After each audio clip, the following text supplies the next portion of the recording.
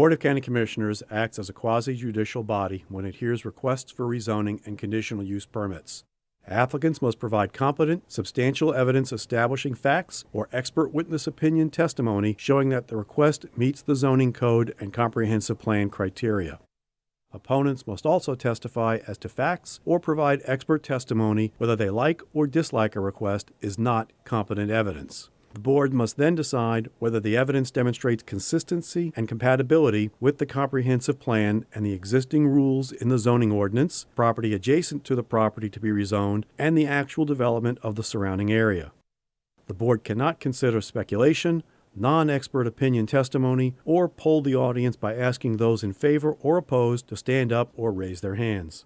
If a commissioner has had communications regarding a rezoning or conditional use permit request before the board, the commissioner must disclose the subject of the communication and the identity of the person, group, or entity with whom the communication took place before the board takes action on the request. Likewise, if a commissioner has made a site visit, inspection, or investigation, the commissioner must disclose that fact before the board takes action on the request. Each applicant is allowed a total of 15 minutes to present their request, unless time is extended by majority vote of the board. The applicant may reserve any portion of the 15 minutes for rebuttal. Other speakers are allowed 5 minutes to speak. Speakers may not pass their time to someone else in order to give that person more time to speak. Our invocation today will be delivered by Anthony Myers, Teen Missions International. Anthony here. Ladies and gentlemen, it's a privilege to be able to give the invocation tonight for your meeting, and thank you for your service. Let's pray. Father, we just are so grateful to be able to be here tonight. We thank you for this beautiful day that you've made. Father, we just pray right now a blessing upon this meeting tonight. I thank you for the commissioners. I just pray that you would open their hearts and their ears to what is being said, to those who will be speaking tonight, that, Lord, you would give them clarity, Lord, that you would give them the voices to share their opinions, and Father, that your will would be done in decisions that need to be made, and Lord, the future of our community. Father, we're so grateful that your Son died on the cross for our sins, and we have the hope of eternal life. And Father, there are things that mean so much more in life than some of the things that may be talked about here tonight, eternally. But Father, we just know that you will be here. We ask your Holy Spirit to be among all the speakers who will be coming up to this podium. Give them the words to say, give them clarity, and give them just a peace as they share what's on their hearts and their minds. And Lord, that everything that is said and done here tonight would be pleasing to you. So we thank you for your love and your guidance in each one of our hearts today. We love you and give you the praise. In Jesus' name, and amen. Amen. Thank you. Our pledge today will be led by Commissioner Rob Feltner. Please join me in the Pledge of Allegiance.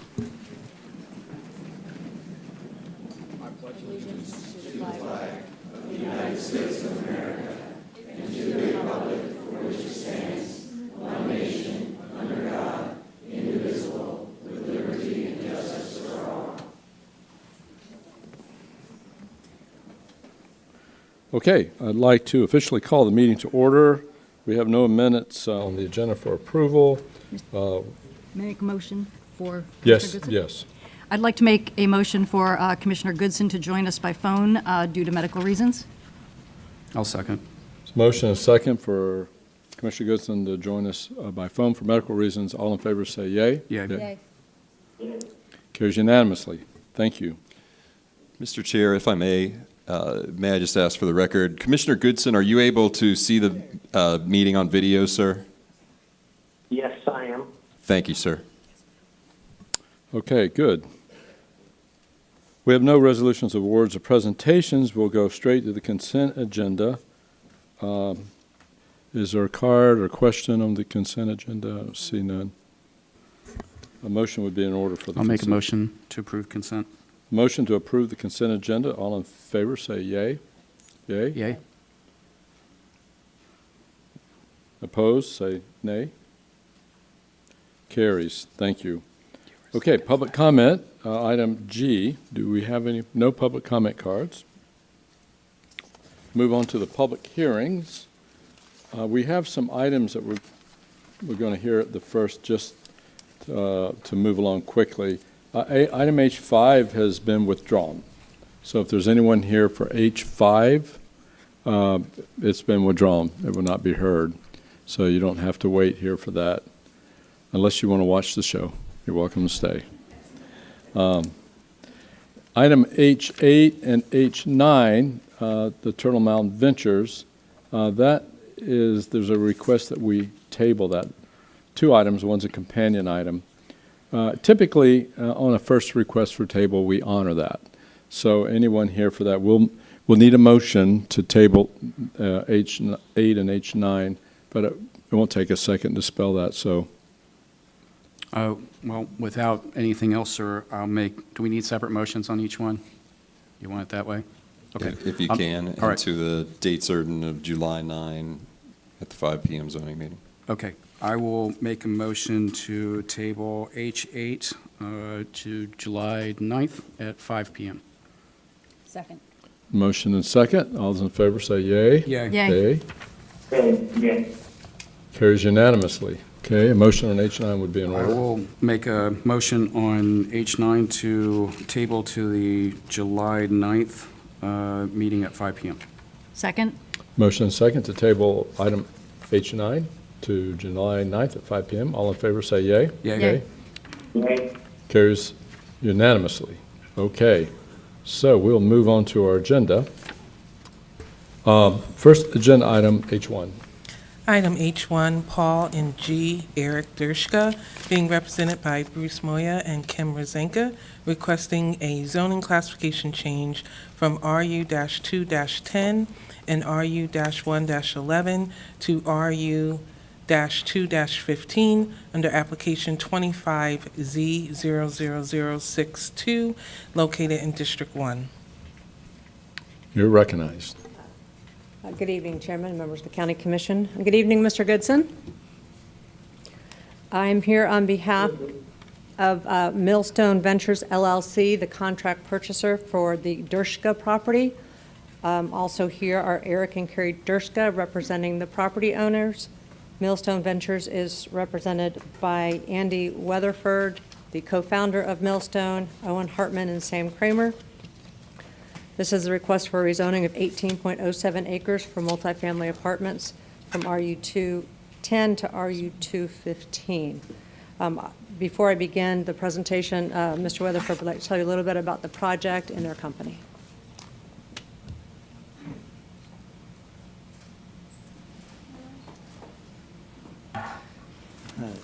Good evening, Mr. Chairman and Commissioners. I'm Andy Weatherford. I'm one of the owners of Millstone Ventures.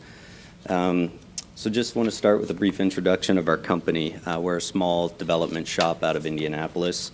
My business partner and I started this company in 2017, and we're a vertically integrated real estate development company.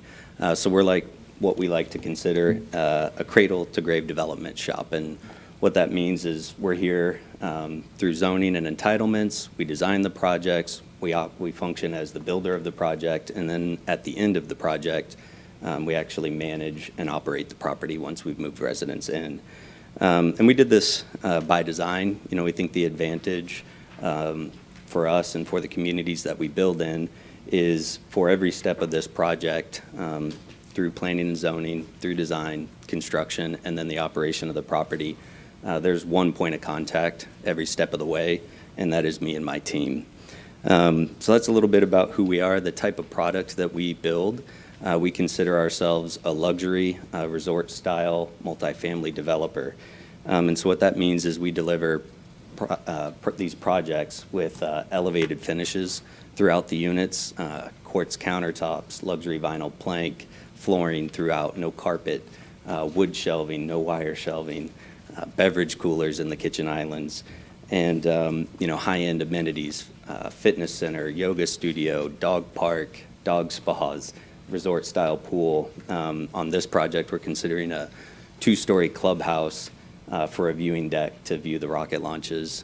Down here, try to keep our residents on property and off the street during those busy times, and we think that'd be a great feature for our project and for our future residents.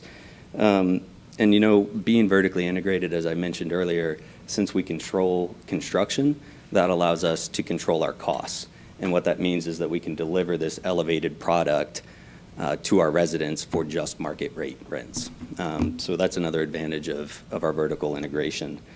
When it comes to development, we have a very targeted approach. We try to be in places and in communities that need product like we can deliver. And that's what we're seeing down here in Brevard County and in the Titusville area. There's been a lot of job growth, a lot of population growth. Industry, especially spaceflight and aeronautics, are really taking off. But there hasn't been that much product developed here recently. And so certainly not as much as we would expect to see with the amount of population growth and job growth we see happening here in Brevard County. Another trend that we're seeing is a lot of people that are holding those high-paying jobs, those new jobs in those industries, they're commuting. And we think a product like ours would encourage people to come here and live, work, and play in Brevard County and the Titusville area. So that's why we're here. That's a little bit about the product that we're planning on developing and a little bit about our company. And just wanted to kick things off introducing ourselves and our project, and wanted to thank you for hearing us tonight. Okay, thank you. We have another card for Bruce, if he'd like to be here. I'm going to present the project now. I just wanted him to tell you a little about the Okay. project. All right, thank And Bruce has, if you have any questions, Bruce is here. Okay. So I know this is in your packet. This is the future land use map. All of this property is residential 15, including the RU 111 zoned to the north. The Dirschkas have assembled these 15. All that yellow is Res 15, and you can see the property boundaries are all in the Res 15 through here. These are 15 parcels that the Dirschkas acquired over the years. They're now ready to retire and wish to sell the property. Some of this was zoned RU 111 back in 1955 with the Sun Valley plat, and those are the smaller lots which are not going to be used really for development. At this time, there's some wetlands on those properties, so that area will not be developed. As mentioned, all 18 acres have residential 15 future land use. The county's vision with the comp plan that was developed in 1988 was to have multifamily by the residential 15 designation. Also in your packet, we provided to P&Z the map of the area with what is surrounding it.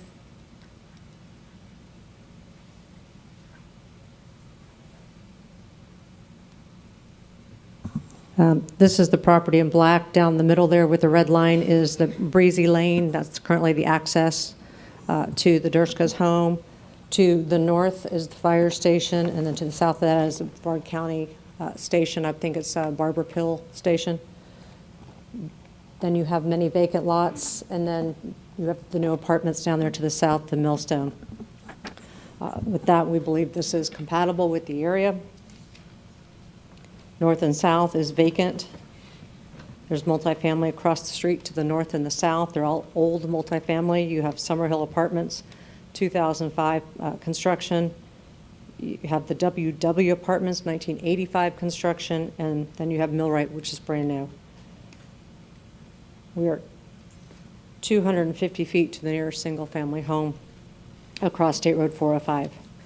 The staff report states that the primary uses on 405 are commercial, office, and government facilities, and that the only new development is homes and apartments. Staff report confirms that this area is not an established residential neighborhood, and this is truly undeveloped, commercially zoned land, but actually it's undeveloped multifamily land. Preliminary concurrency, traffic will not cause a deficiency in the level of service. There's no school concurrencies issues. And the staff report says there's no material violations of relevant comp plan policies. Any environmental issues such as wetlands will be resolved during site plan with site plan standards and engineering standards. And again, the wetlands will be maintained except for minor impacts. The Planning and Zoning Board recommended approval of 9-1, and we would request that you recommend approval of the residential 15 future, the RU2 15 zoning. We're here to answer any questions. Okay. We do have a card for Owen Hartman. He's with the developer. He's covered. I thought he would be. We have no cards in opposition. Any questions? Yes. I just have to disclose, I actually met with Ms. Rezanka and the developer team for this item for approximately 45 minutes on April 28th to discuss their vision. Okay. Thank you. And I'll disclose that I did drive by the site today, so. If there's no other discussion, I'll make a motion to approve, sir. There's a motion, a second to approve. Any debate? Second. All those in favor say yea. Yay. Yay. Yay. Carries unanimously. Thank you. Okay. Our next item, H1. Item H2 is J. H2, sorry. Item H2 is JEJ Ventures LLC, requests a zoning classification change from IU to BU2 under application 26Z00002, located in District 1. We don't have any cards for H2. Okay. Good evening, all. Sir, did you fill out a pink card? I did not. Can you do it afterwards for us? I absolutely can. Is it in the back? Right at the table, yes. I'll be more than happy to as soon as we're done here. Okay, good, thanks. All right. Yes, we would like to rezone from U1, is that what it says? I'm sorry. This is my first time up here. Yeah. IU to BU2. We plan on putting a hardware store in the front of those properties, as well as a parking lot in the back. And to be able to have outdoor storage, we need to move it to a BU2. And everybody around us is already BU2, so we asked for it, and they asked for me to be here today. Okay, good. Any questions? We have no cards in opposition. I'll make a motion to approve, sir. Motion to approve. And I'll second. Second. All in favor say yea. Yay. Yay. Carries unanimously. Thank you. much. I'll go back there Phil- and sign the paperwork. Yep, great, thank you. Thank y'all. Next item, H3. Item H3 is HQW LLC and HQW Homeowners Association Incorporated, request a zoning classification change from EU1 and AU with a BDP to RVP and AU with a CUP for boarding of horses and horses for hire, and removal of the BDP under application 26Z0005, located in District 1. Planning and Zoning Board heard this request and they unanimously recommended approval with a BDP limiting the development to 36 recreational vehicle sites and 8 cabins. Okay, you're recognized. Good afternoon. I'm John Holmquist. I reside in Cocoa, Florida. This property is at 5405 West King Street, or FL 520. As stated, there was a building development binding plan that was requested. I have those to give at this time.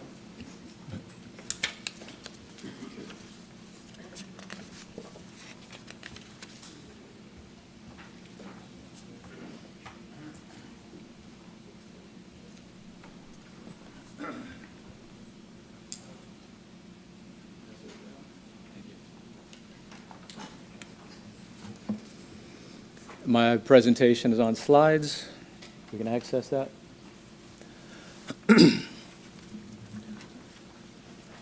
So the future land use of this property is for R15 for the southern half of the property and neighborhood commercial on the northern half. The RVP does coincide with the neighborhood commercial according to zoning when I spoke to them.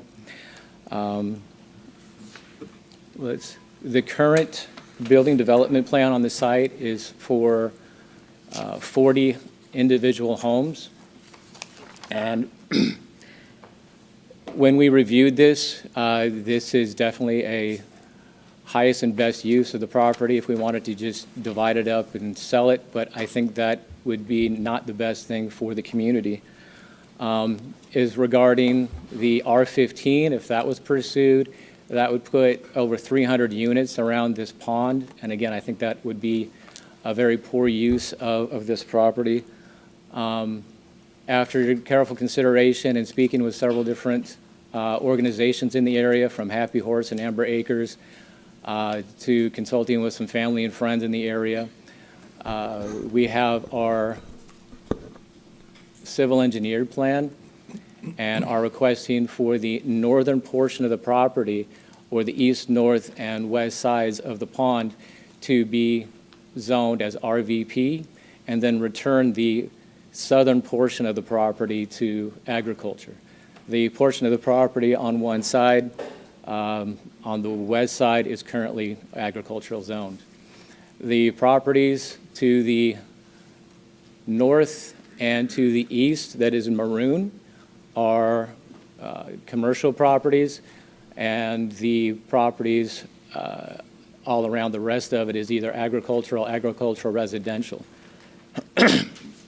The portion that we are asking to go to RVP only backs up to 2 residential properties.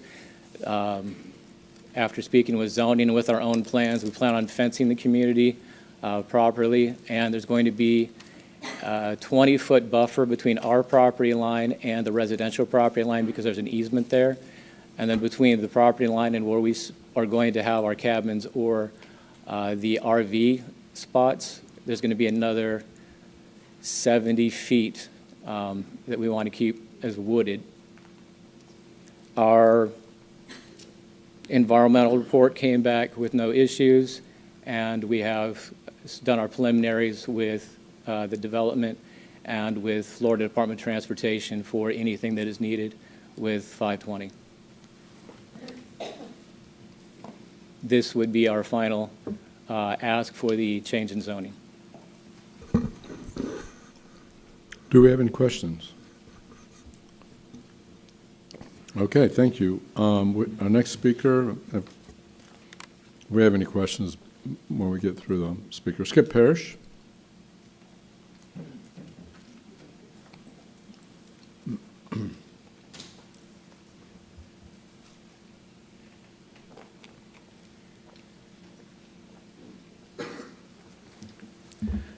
Hi, Skip Parrish. I live across. You might want to pull that mic Yeah, up. I am a bit tall.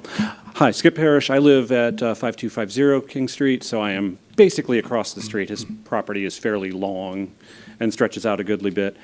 I was here for the initial advisory meeting. I talked to Mr. Holmquist, is it?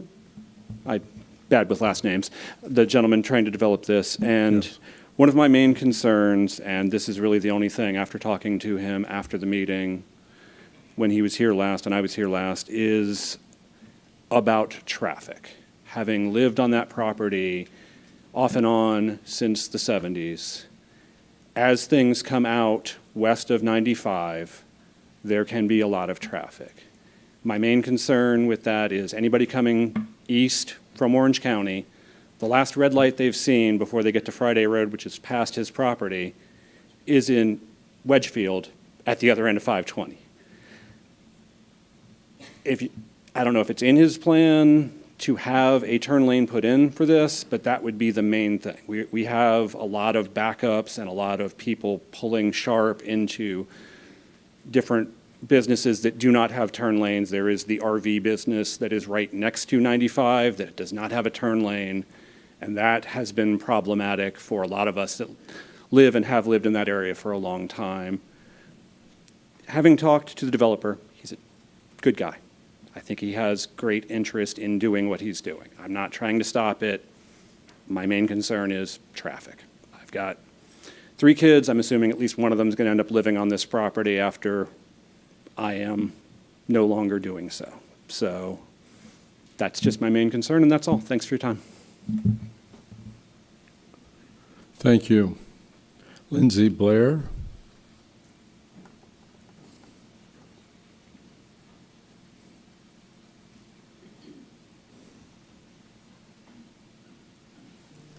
Good evening. That was just my husband. I also live at 5250 West King Street, and I'm echoing his concerns. I think the planned use is fine. I have no real issues with horses. I like horses. But much like we see issues with people turning into the RV place right next to 95, because there is no light controlling the flow of traffic all the way from in Orange County, Bithlo area, all the way out to Friday Road, having the sudden stop of RVs and horse trailers turning in. I've seen just one person slowing down create massive issues. So if there's any way we can get a turn lane or something installed to make it safer for families in the area and for the people that do plan on residing there or boarding their horses there, I think would be a benefit to the community at large. And that's it for me. Thank you. Gary Sereni? Close.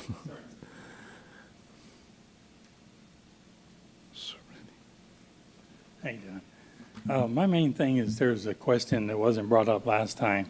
And if you could bring the survey up onto the board. On the southwest side, there's a canal that comes from this lake. This lake is built on an aquifer, and it constantly fills all the time. And that canal is the only thing that keeps that lake in check. Now, the first map he had with his horse trails goes over that canal.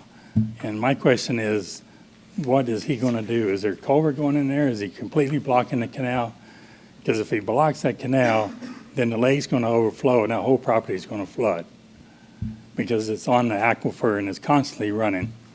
And there's a canal that runs completely along the south side of the property, and that canal supplies water to the pond on my property, which I live on the end of Samard Lane, and my neighbor's property has a pond, and it fills both of those with water. Otherwise, if there wasn't any water, it would just kill all the fish and everything that's in there. So my question is, what he's going to do with that canal on both of them, where the horse trail goes across, and then where he's building in the horse barns along the south side there to mitigate the water issue that's coming through there. Okay, I can ask the applicant if he wanted to answer that, or if he, sure. Yes. You can come up, yes, you can come up, get you on the record.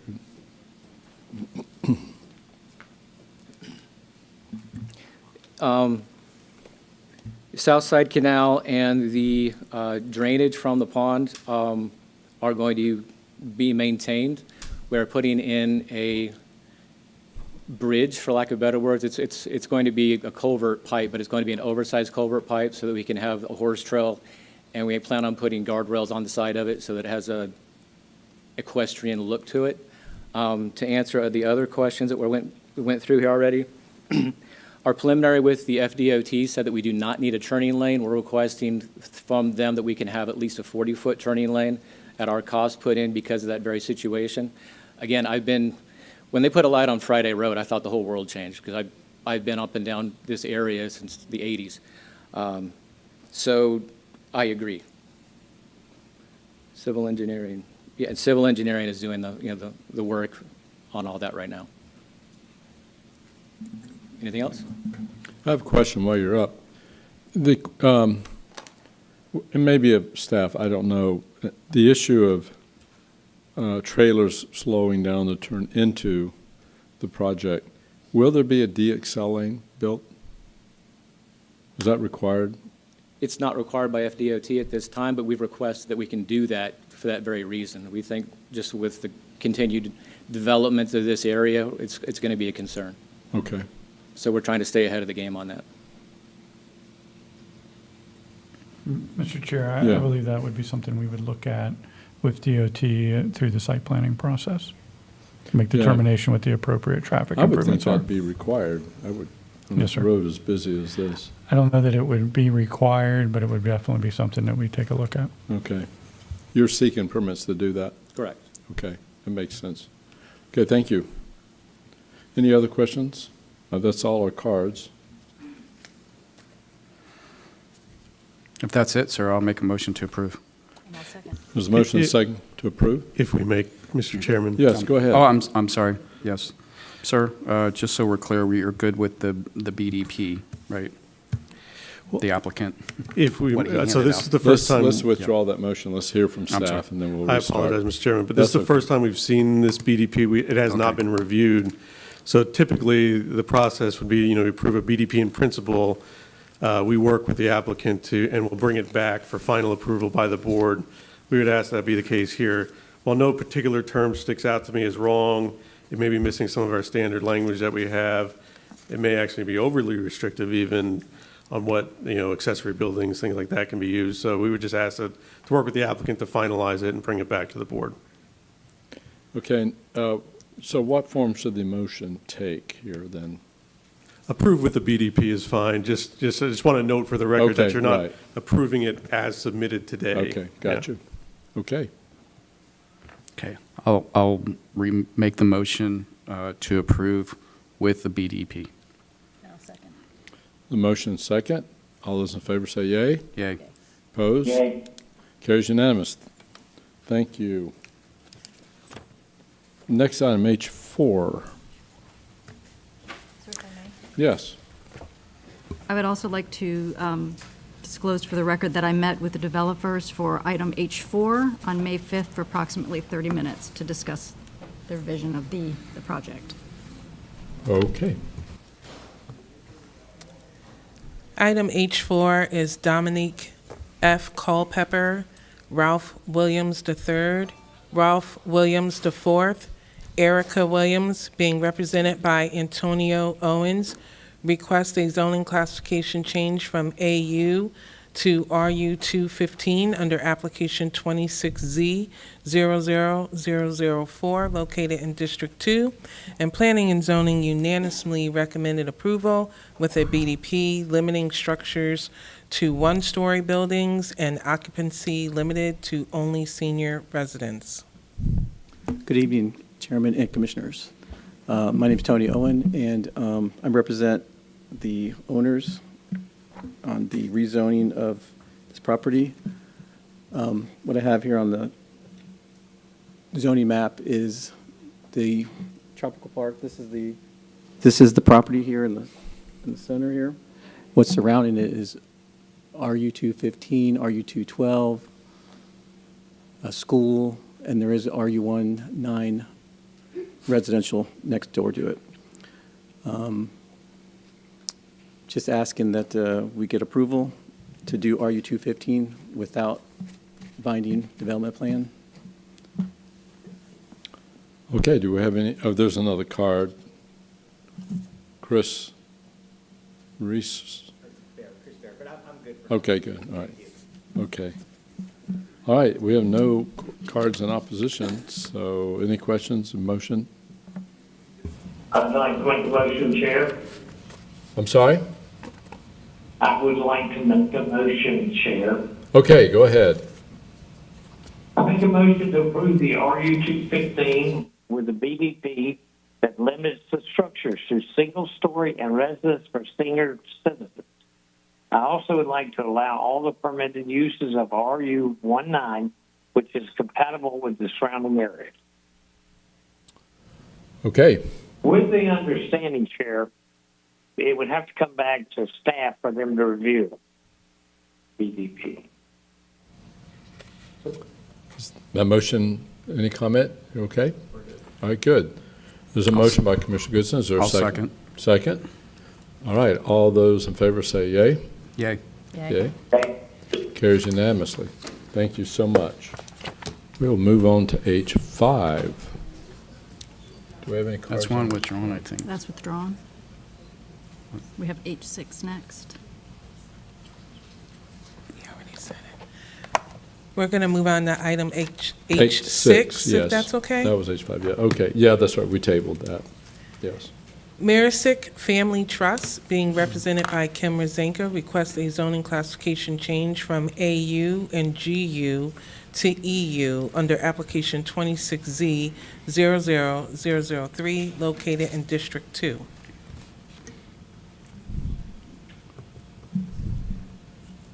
Mr. Chair, I'd like to make a motion for approval.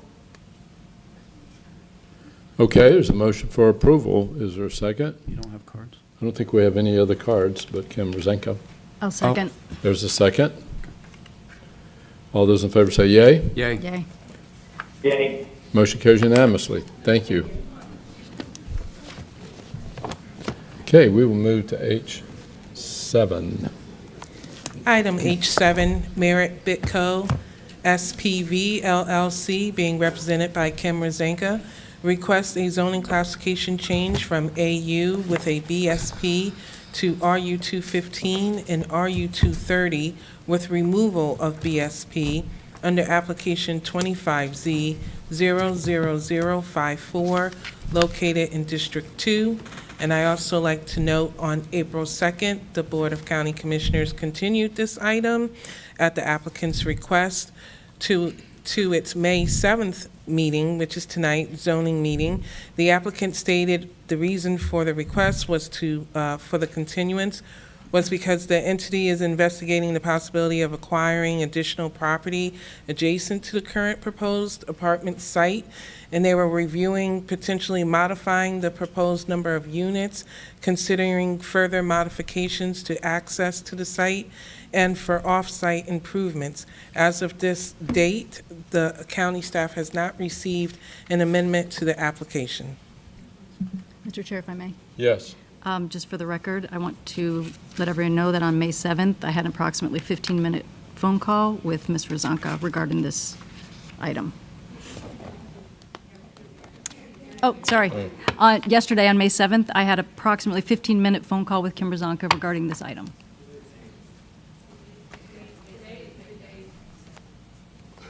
Yesterday. May 6th. May 6th. Actually, it was this morning. It was this morning. It was this morning. Yeah. Don't worry, we do that. Yeah. Okay.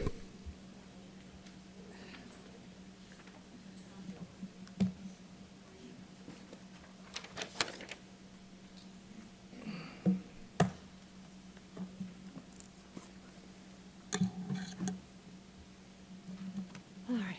Good evening, Chairman, members of County Commission. Kim Rezanka on behalf of Rangewater Development LLC, with authorization from the owner, Merritt Bidco SPV LLC, to file for the rezoning.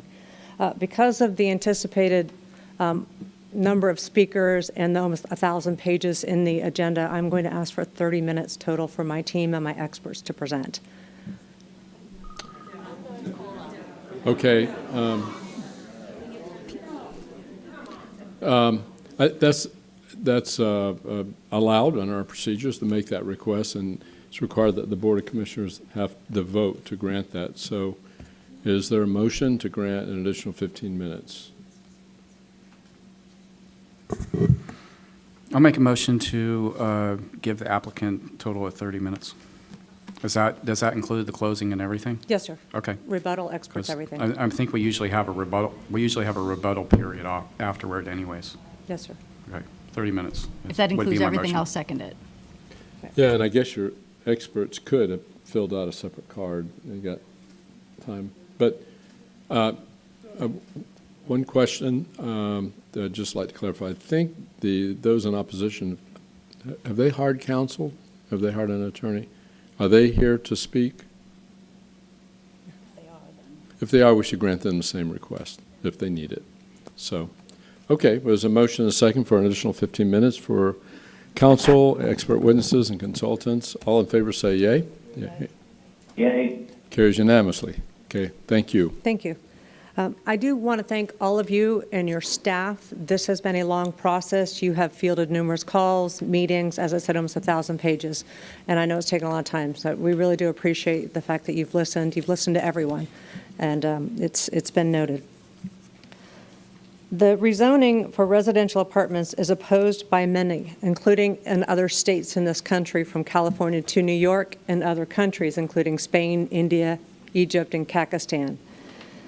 The public resistance is an emotional reaction to change, a concern for the loss of vacant land that has never been developed, and the fear of the unknown. Rangewater understands this and has and will continue to work with the neighbors, the neighborhoods, FDOT, the school district, the sheriff's office, and other agencies to construct and manage a first-class luxury apartment complex. During this rezoning process, we started with a meeting with Myra staff. Myra staff at that time was supportive of this and said it was a very necessary project in this area.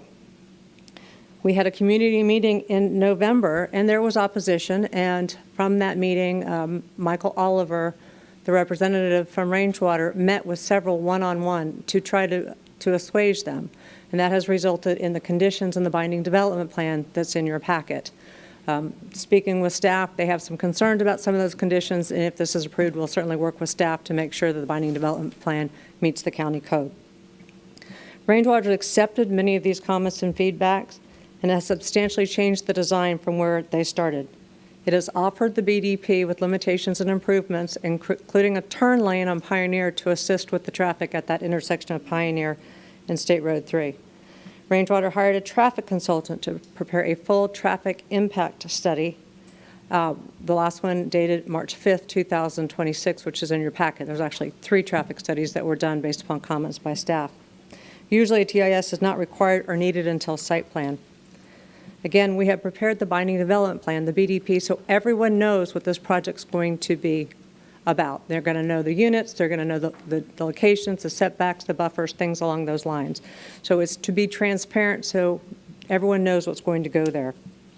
It has offered a proportionate fair share contribution if there's one necessary during the site plan process, and to work with FDOT if there are improvements necessary. The BDP is to ensure that the multifamily use can coexist with neighboring properties and not negatively impact other land uses, conditions, or neighbors. We are here tonight with the developer and the experts to present evidence and to inform you of the need for the rezoning and the legal support for the rezoning. With us is Michael Oliver, the representative, Kyle Chastain of Bowman, the engineer of record, Trent Ebersol, a traffic engineer, and they will be talking during this time frame. A brief overall overview of the project is rezoning of 7.5 acres adjacent to single-family homes to RU 215 and rezoning west on State Road 3 of 3.66 acres to RU 230, a total of 222 units possible.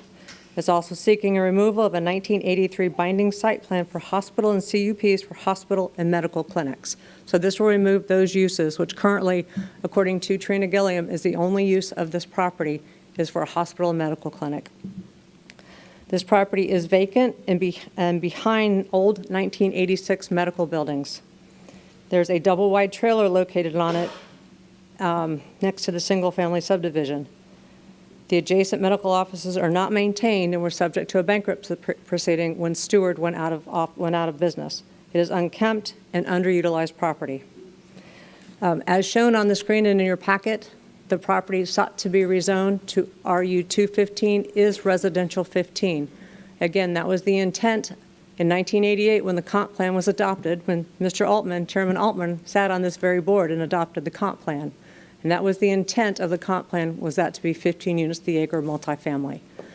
To the west of that is neighborhood commercial, and it's in a neighborhood commercial area. There is not a single-family home along State Road 3 from Skyline Boulevard north to State Road 528.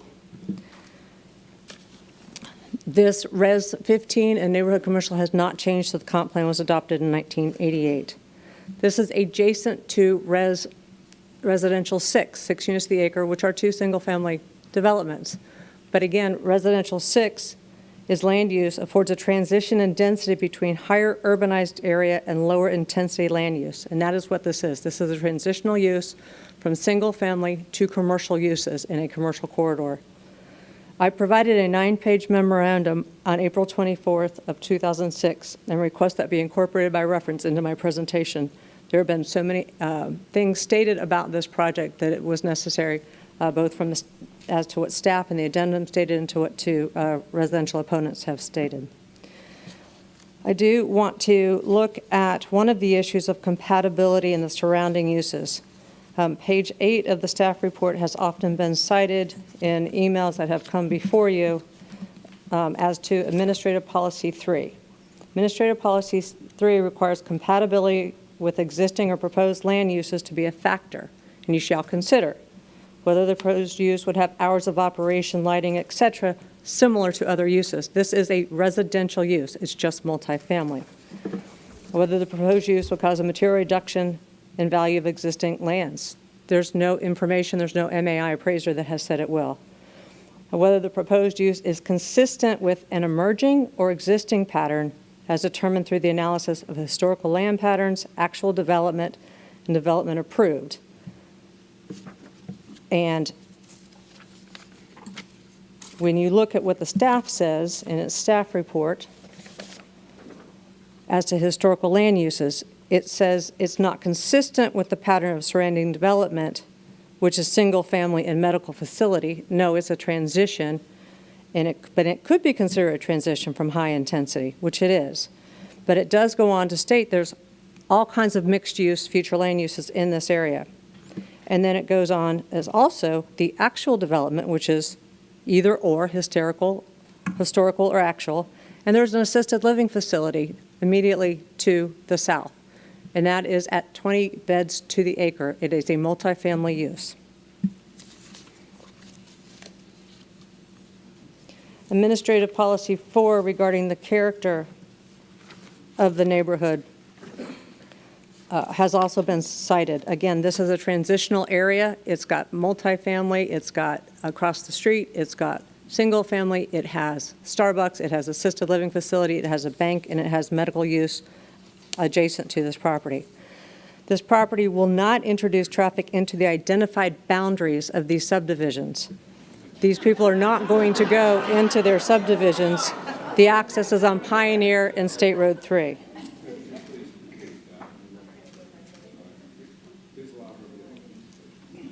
Any statement that the character of these two neighborhoods will be material or adversely affected is pure speculation. The access to the property will primarily be from State Road 3, with some accessing Pioneer Road, but the residents and guests of the apartment complex would have no reason to travel into Raintree or Villa de Palma. Based upon the recent development of the 10 acres of commercial land to the south of this property, the Starbucks, the assisted living facility, Space Coast Credit Union, and Twins Car Wash, this area is transitional and not primarily residential. This rezoning is supported by the Myra staff report of December 11, 2025, which stated the requested rezoning is consistent with the county comp plan and the Myra redevelopment plan, and this is definitely in the Myra redevelopment area. This portion of Courtney Parkway exhibits a robust mixture of commercial businesses and single-family residential property. In Merritt Island, there exists a deficiency of newly constructed multifamily rental units. However, because of increased employment opportunities in the space industry, as well as the tourist industries and other industries at Port Canaveral, individuals seeking to fill those vacancies require housing that is proximate to their work. Apartments appeal to younger individuals because of decreased maintenance, enhanced security features, amenities such as on-site fitness, and common gathering and a sense of community. Clearly a request for development and multifamily. Also, the Merritt Island Redevelopment Agency mission statement says that they need housing to support the workforce. The Myra board did vote against it, saying they needed more information. Because of that, we got the traffic impact study to assist with the information that they sought. This luxury apartment complex is a logical transition from Res 6 single family to commercial uses, and it was intended by the comp plan drafters back in 1988. With that, I'm going to bring up Michael Oliver to discuss the specifics of the projects and the conditions. Thank you.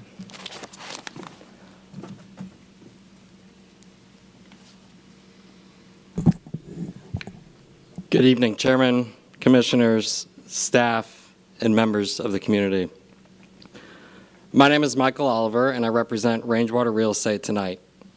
I am a Florida resident, and I manage Rangewater's development platform across the state. Rangewater has developed 2 properties here in Brevard County, both within the Vieira community here. Across Florida, we have delivered 27 communities and more than 100 nationally. We have twice been recognized as the National Association of Home Builders Developer of the Year. We are excited about the opportunity to develop our 3rd community in Brevard County on this property in Merritt Island. Tonight, I'd like to focus on 3 points. First, as Kim mentioned, this rezoning request is consistent with the 1988 Brevard County Comprehensive Plan. Second, we have listened carefully to the surrounding neighborhood and made substantial changes and concessions to our plan in direct response to the community feedback. Those commitments are memorialized in our binding development plan. Third, Brevard County's economy continues to grow rapidly around the Kennedy Space Center and Port Canaveral. Yet, as Kim mentioned and as Myra notes, new housing options near these employment centers remains very limited. This project represents more than a $55 million investment in Merritt Island and helps address that need. Over the past 9 months, we have spent significant time meeting with nearby residents and addressing concerns. Many of those same concerns will be raised again tonight. And I would ask the board to consider the meaningful concessions we have already made. The property has 13 direct residential neighbors. In response to concerns about compatibility and proximity, we have committed in the binding development plan to a 100-foot setback along the eastern property line. That is 5 times greater than what is required by zoning. We also committed to preserving existing trees along the north and east property lines to create additional buffering and privacy. We heard concerns regarding wetlands, and we completed delineations very early on in the process that were accepted by staff at the St. Johns River Water Management District. We are preserving the vast majority of wetlands on the site in compliance with Brevard County regulations. We also heard concerns about building height. As a result, we moved away from a 4-story product and instead proposed a 3-story garden-style community that better transitions to the surrounding homes. While it is not in the binding development plan, we are willing and able to provide a 200-foot, any buildings within a 200-foot setback from the eastern property line to be 2 stories. We heard concerns regarding stormwater. Modern stormwater standards are stringent, and the project will not move forward unless it fully complies with all county and state regulations.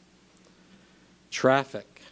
Although a traffic impact analysis was not required for this rezoning, Rangewater voluntarily completed one because we took the community's concerns seriously. The study was reviewed and accepted by county staff and concluded that the project would not negatively impact the roadway level of service on North Courtney Parkway or Pioneer Road.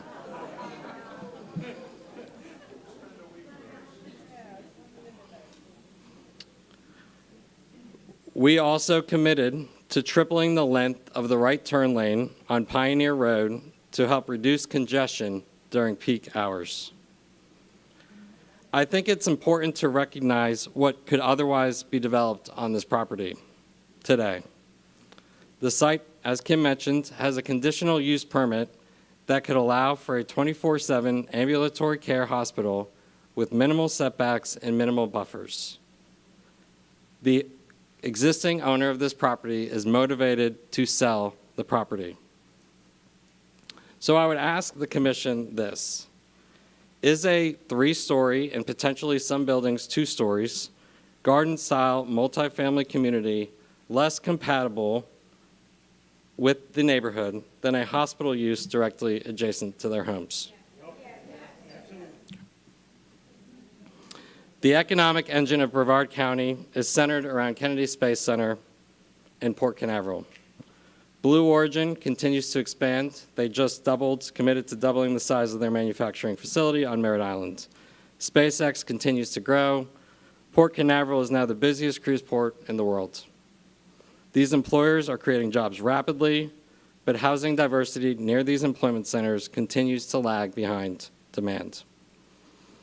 At the end of the day, we understand that not everyone supports growth. We believe this property is located on a major corridor, urban corridor, identified for redevelopment and diverse housing opportunities. Our proposal creates an appropriate transition between the existing neighborhood and North Courtney Parkway, while bringing new investment, additional housing options, and economic benefit to Merritt Island. Rangewater is prepared to invest more than $55 million into the community, and we respectfully ask for your approval tonight. Thank you for your time and consideration. Mr. Oliver, mentioning Vieira and comparing it with that area of Merritt Island is like comparing a frog to a giraffe. Without a card. We're welcome, and we're going to give you 5 minutes, so.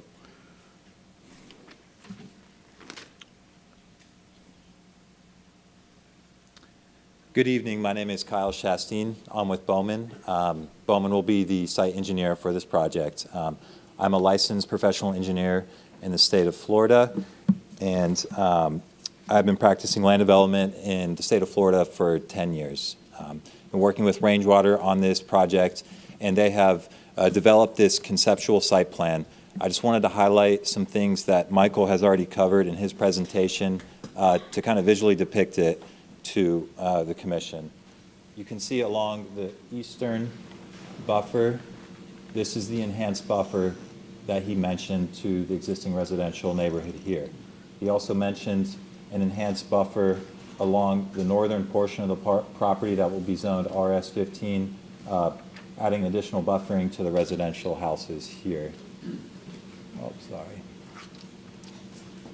They will also maintain and keep any existing vegetation where feasible along those buffers to help with buffering to the community. He did mention that there are wetlands on site that have been delineated by a professional biologist.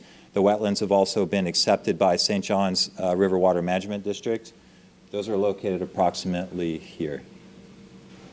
Any impacts to those wetlands will, of course, be approved by the county and the state during the site plan process. There's also an existing bald eagle nest that will probably come up tonight. It's located in the vicinity of the property, but it is not on the property. It's to the southeast. You can see this line here is the required setback by FWC to be met, so this project will meet all requirements of FWC regarding the bald eagle nest. Mr. Oliver did mention offsite improvements. The site plan shows where those are to be located. This is the turn lane on Pioneer Lane, and then there will also be turn lanes on Courtney Parkway. I have Trent Ebersol here. He is the traffic engineer, and he can expand more on those offsite improvements, but I'm here for any questions related to the site engineering. Thank you. Thank you. Good evening.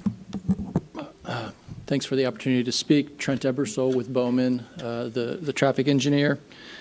I am a registered professional engineer in Florida, 37 years of experience, and I have been accepted as a subject expert in judicial proceedings. With the time that's left, most of what I was going to say has already been said to some degree. I'm going to jump to the end and actually state why this is a favorable project as far as development's concerned with regard to traffic. And I do understand where the statement was made, and it's true that this project, the site traffic, will not worsen the levels of service on any of the facilities in the study area. I understand the concerns because there are some existing congested movements, in particular the westbound left approaching Courtney Parkway from Pioneer Road. So with regard to that, Kyle mentioned, if I could just change the graphic real quick, that part of our proposal is to lengthen the westbound right turn lane. So today, the left turn movement is so long, the queue, that it blocks the ability for traffic to get into the right turn lane on the top. That's the existing condition. The red cars would be those wanting to turn left. The blue cars, not all, or the right turns that can't get in there. With the lengthening of that right turn lane, the delays for people wanting to make a right will be eliminated. So there will actually be an improvement there. To paint a picture, the amount of trips that this project would put on that heavy movement of the westbound left turn would be about one vehicle every 2 minutes.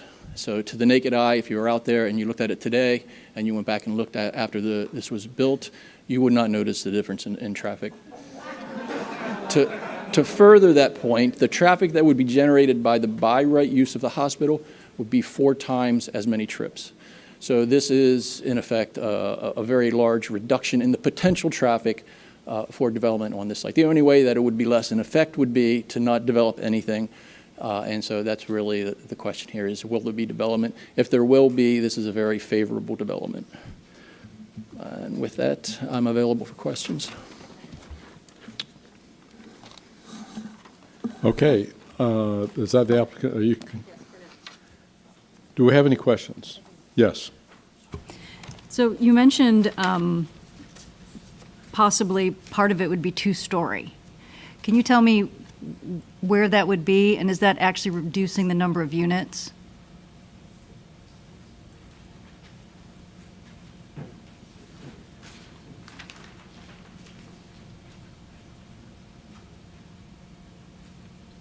So right now, this is,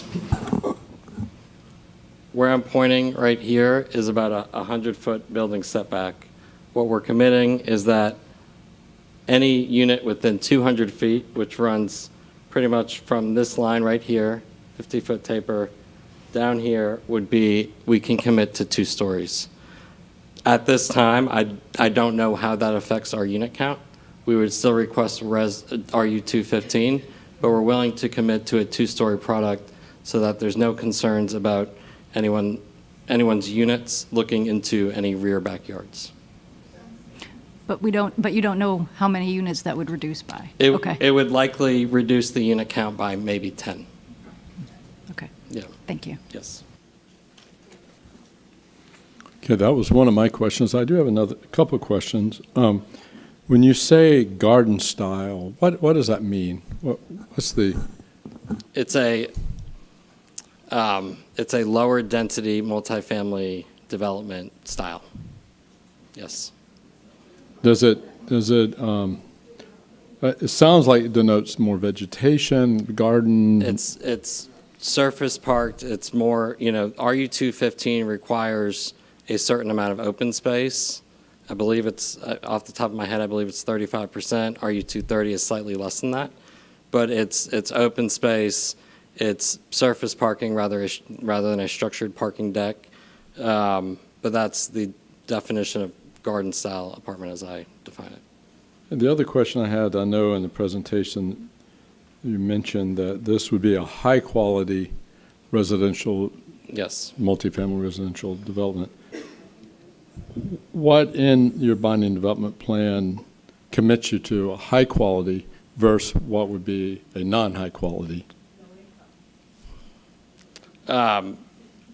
We, as a developer, develop luxury apartment communities across the United States.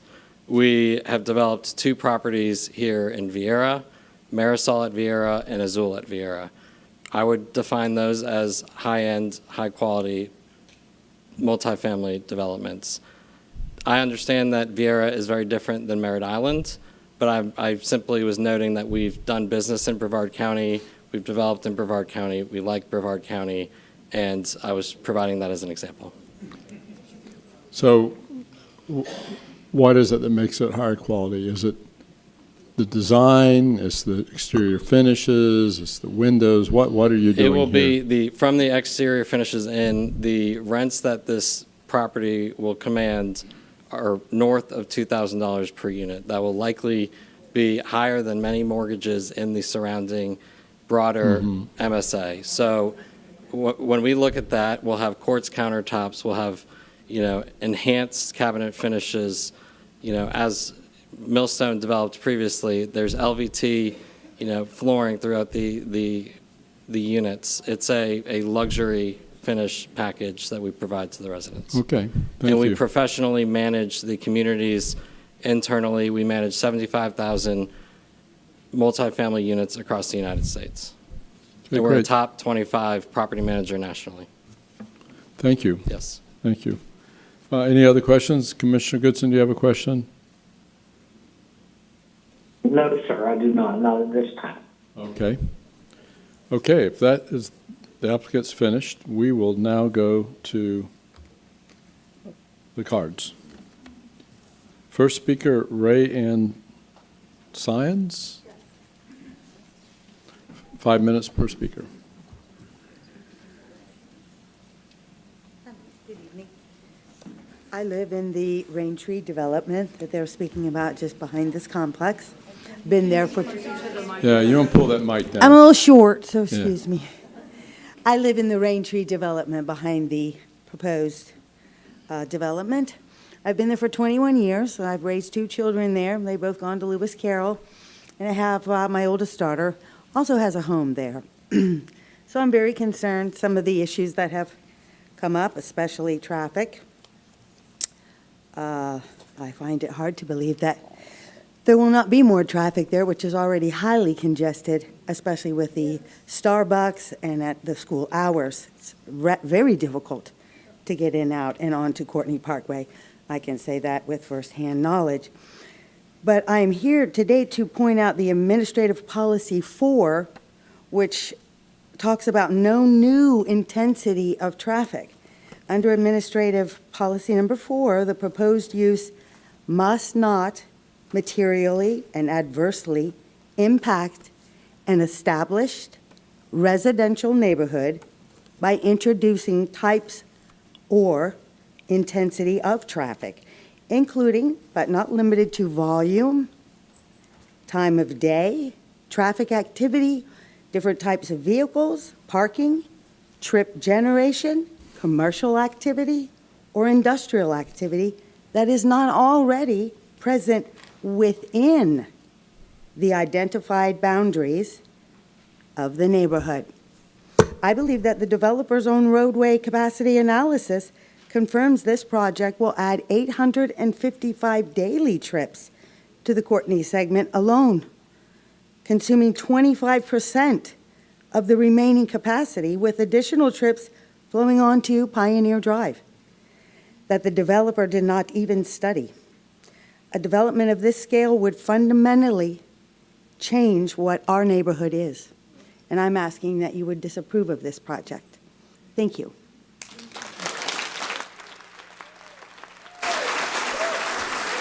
Thomas Reedy. Thomas Reedy.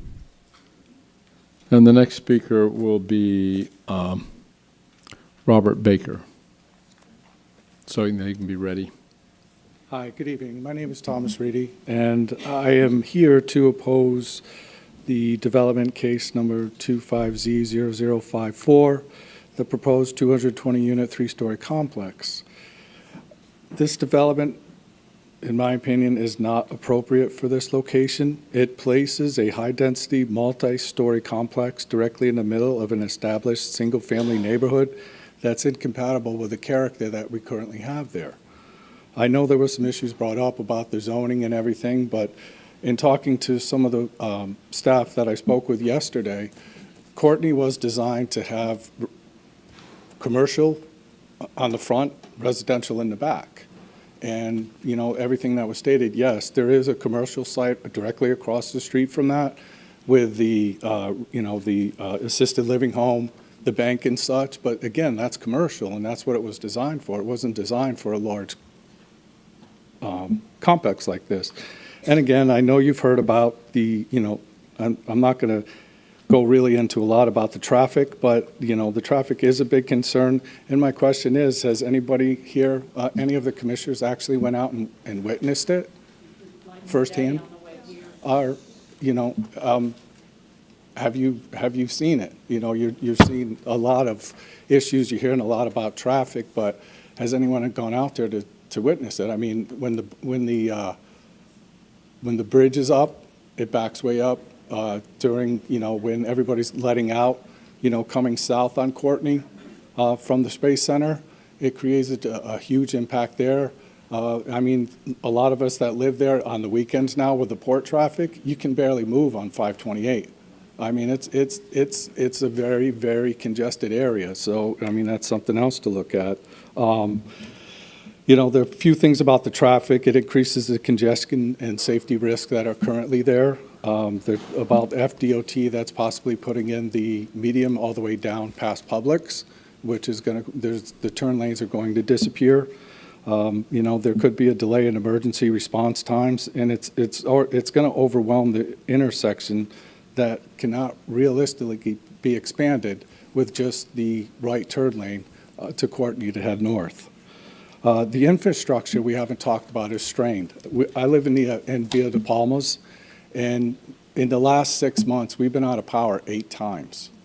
And no hurricane, no storms, and the infrastructure, which basically where Via Della Reina and it backs up to Raintree, the power, the power poles are in that area, which causes a lot, and now this will be there. Also, there was a lot of work that was done on the sewer system, and they're still continuing to work on it. Every once in a while, we see Brevard County out there looking at it. They did put a couple new lift stations in, but it was it was an issue at that time, and I'm afraid that it's going to be a continuing issue. This area is vulnerable to flooding, as we discussed in the past on previous meetings, especially in Sykes Creek in that area, Sykes Creek Cove. So without this, this, I think, with non-permeable area that this is going to be built on, the rainwater has to go somewhere. And I know we discussed that about ponds and such, and there is wetlands in there. But, in closing, this project would permanently change our neighborhoods and reduce our quality of life, and also potentially putting our residents at risk, because yes, the people are going to come out. Right now, people that live in the other development behind us on the Via de Harvey, nobody goes out nobody goes out to the end of Via Della Reina. They all go past, they go down Via Della Reina, they go down Sykes Creek Cove, and everybody goes to the light. Currently, right now, in that residential area where we have over 500 homes or more.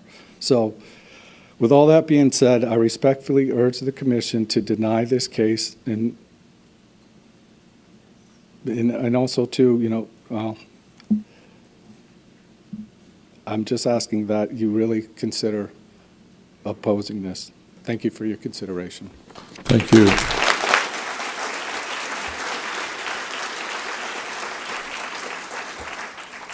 Robert Baker, and the next speaker will be Valerie Reedy.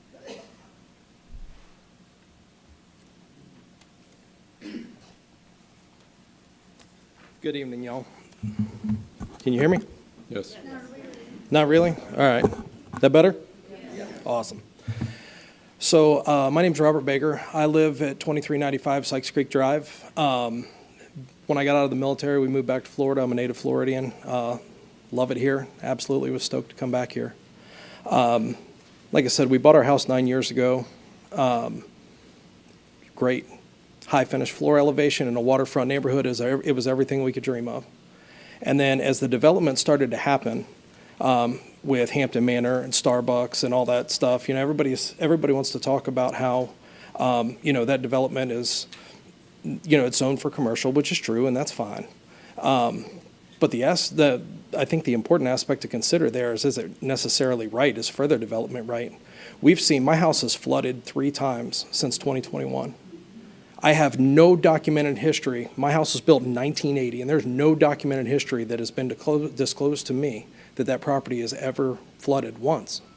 And I think what's even more concerning is that, the team proposing this development dismissed all of our concerns as fear of change, as opposed to it being legitimate concern for houses and properties that we've invested in, for schools that our kids go to, and we want them to go there safe.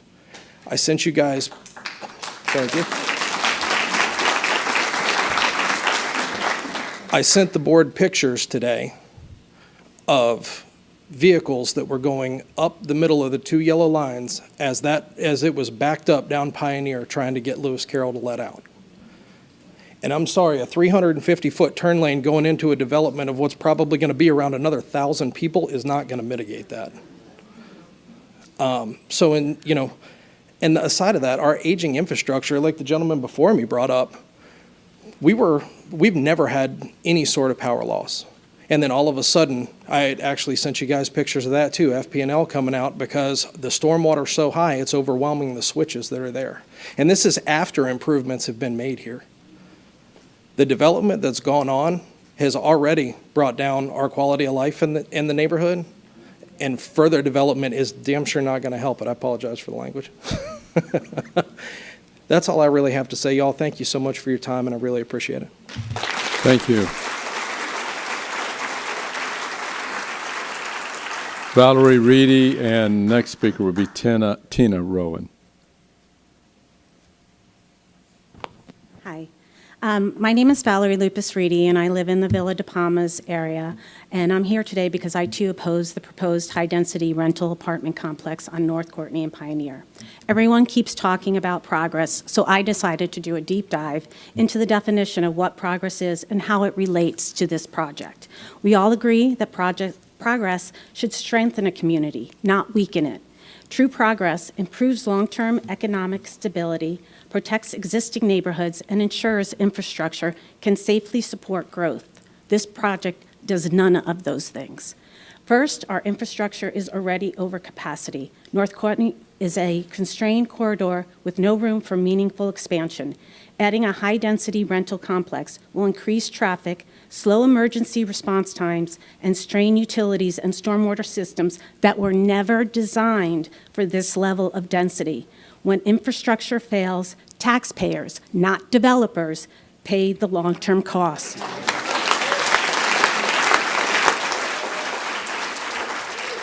Second, this project is completely incompatible with the surrounding area.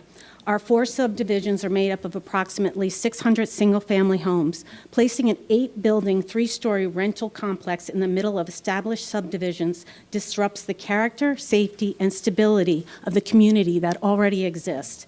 Third, this development does not improve long-term economic stability. High-density rentals often generate less tax revenue than the public services they require. If property values decline because of incompatible high-density development, the county loses tax revenue. That isn't progress. It becomes a long-term financial liability. Finally, this project provides no benefit to the current residents. It is designed for transient renters, not for the families who've invested their lives and savings into this community.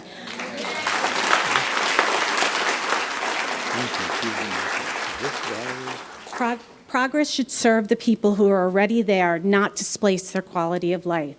Growth is not the same as progress. Progress improves a community's quality of life. This project does the opposite. For these reasons, I ask you to listen to our voices and vote with our majority, and asking you to vote no on this proposal. I do have a couple of comments because I want to address some of the things that Ms. Rezanka said earlier, and also the developer. One of the things that they did talk about was they won't use our roads. I live on Via de la Reina. That's where the light is going from this new DOT project.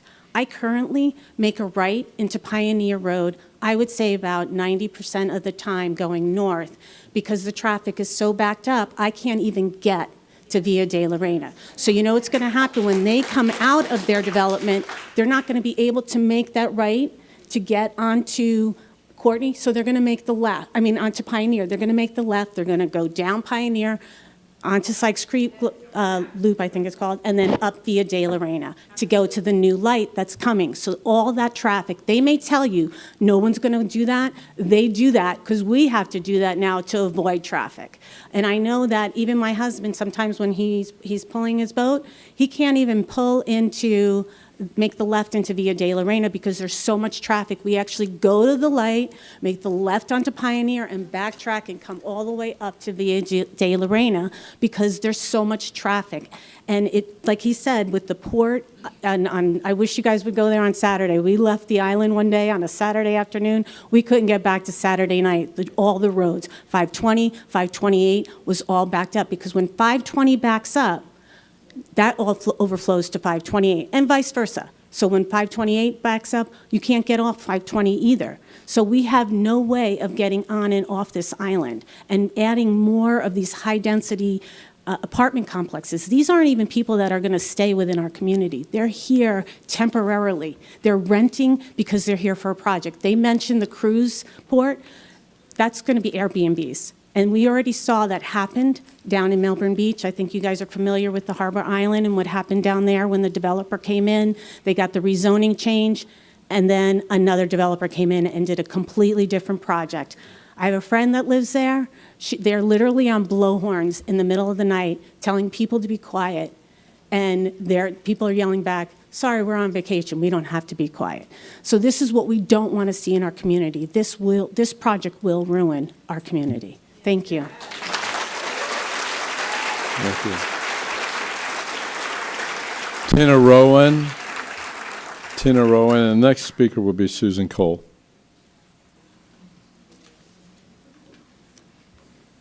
Good evening, Commissioners. My name is Tina Rowan. I live at 131 Cove Loop Drive in Sykes Cove.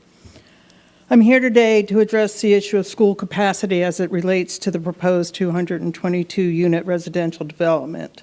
This is not a minor procedural concern. It goes directly to whether this board can lawfully and responsibly approve additional residential density when our public schools are already operating under significant pressure. Policy 2.1 of the public school facilities element is quite explicit. It states that the county shall not approve any non-exempt residential development that increases residential development rights until a school impact analysis has been completed and a capacity determination letter is issued by the school board confirming that adequate school facilities exist. That language isn't optional, it's not discretionary, it is mandatory. The policy uses the phrase "shall not approve," which clearly establishes a legal prerequisite before any rezoning can move forward. Before the board can consider approving this application, there must be confirmation that the affected schools, which include the Lewis Carroll Elementary School, the applicable middle school, and Merritt Island High School, have the actual capacity to accommodate additional students that will result from this project. And we must be honest about what we are talking about. A 222-unit apartment development will generate students. Depending on accepted planning methodologies, that could mean anywhere from roughly 30 to 80 additional students entering the system. Those students will not be theoretical. They will require desks, teachers, classrooms, and space in already constrained facilities. The adopted level of service for our school system is 100% of capacity. That means we are not planning for overflow. We are planning to operate at the limit. If any of these schools are already near capacity, even a modest increase in enrollment can push them beyond what they were designed to handle. We know from publicly available data that Lewis Carroll Elementary operates with an average student-to-teacher ratio of roughly 15 to 16 students per teacher. While that may sound very comfortable on paper, it's important to understand what that number actually represents. That ratio includes not only classroom teachers, but also specialized staff. The actual classroom sizes are often significantly higher, typically ranging from 18 to 25 students in elementary grades, and sometimes more depending on the grade level and program needs. At Merritt Island High School, classroom sizes commonly range from the low 20s to the upper 20s, and in some cases exceed 30 students, particularly in core academic courses. These are already filled classrooms operating under state-imposed class size requirements with limited flexibility. So when we add an even relatively modest number of new students from a single development, those students are not absorbed into excess capacity. They are absorbed into systems that are already carefully balanced at or near their limits. The Land Development Code reinforces this concern. Section 62-602, Section D, number 7, requires the school district to issue a school capacity determination letter for non-exempt development, and that clearly ties adequacy to the comprehensive plan. That means capacity is not a general planning concept. It is a required finding tied directly to approval. The applicant has presented a school concurrency determination letter indicating no deficiency at this time. However, that letter is explicitly non-binding. The school board has reserved the right to amend its findings during the formal concurrency determination process at the site plan and final development order stage. In other words, the letter is just a snapshot in time, not a guarantee of future capacity. The distinction matters because the question before the board is not whether the schools had capacity at one moment in time. The question is whether capacity will exist when this project is built out and begins generating students, potentially years from now. Even the school board itself recognizes that uncertainty by reserving its right to revisit the analysis.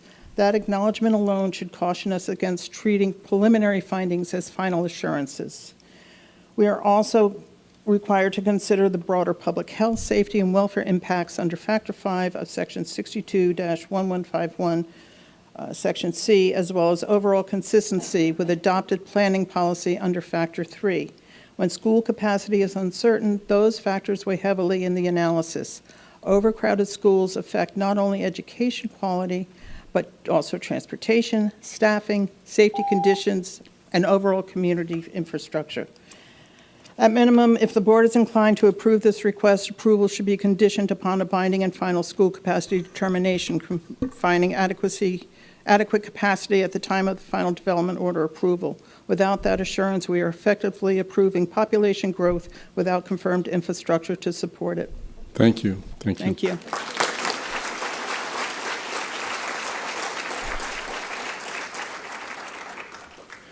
Susan Cole, and our next speaker, Marcus Herman. Thank you, and thank you for listening to all of us. I want to remind you of the Brevard County's mission statement and vision as your role as commissioners. The mission is to contribute to enhancing and ensuring Brevard's quality of life today and always. The vision of the community which excels is recognized for, one, providing for the health, safety, education, and social needs of our community. These are all things that you need to consider when is it going to happen if this development takes place. Number two is building a diverse, strong economic base with the needed infrastructure to support the quality lifestyle. Three, protecting the environment and conserving our valuable resources. Four, creating cooperative partnerships between government, businesses, community organizations, and our residents. Five, maximizing performance and communications to provide excellent service to our customers. These mission statement and the visions are directly from your website. Rezoning this property is irresponsible and goes against the mission statement and each and every vision and goal for all the reasons that you've heard already, you've heard in the past, and you will continue to hear. The health, I'll go back to number one because the health facility, if the rezoning does not go back, that would be fine. And I don't think anybody here agrees that the 24-hour traffic is going to be what a 22-unit luxury condo or apartment would be. They're only allowing 1.7 parking spots for each of those units, and it's a 1 to 3 bedroom unit. And as they stated, it's 2,000 or more. There's not going to be one person in that unit. So we already have additional traffic. Safety, huge concern. Kids ride their bicycles, they walk to school. With these traffic and these cars going at school time, it's terrible. The education, that we've talked about some of the problems with getting to kids to school. All those that they've actually said in the past is that it's a Board of Education problem, but it becomes our problem, the taxpayers, and the social needs of our community. We like our community as it is. We've got the infrastructure. I mean, we've got the Starbucks and the Target and the grocery stores and the restaurants. There's nothing that this luxury condo is going to do to enhance our lives. I respectfully suggest that you focus the time and energy and our resources, including all the money that it's going to cost to fix these problems. We've already got a huge apartment complex that we haven't even dealt with the traffic that's going to be coming towards Courtney, going to the space condo by the mall. All that's to come. We don't even know what's going to happen then. But willing to, if you work with the developers and businesses, they're willing to revamp all the empty storefronts and dilapidated buildings and existing apartments along Courtney Boulevard between 520 and 528. And that would work towards the mission statement to enhance and ensure the quality of life today and always. I respectfully ask you to protect the residents of Brevard County and say no to rezoning this property.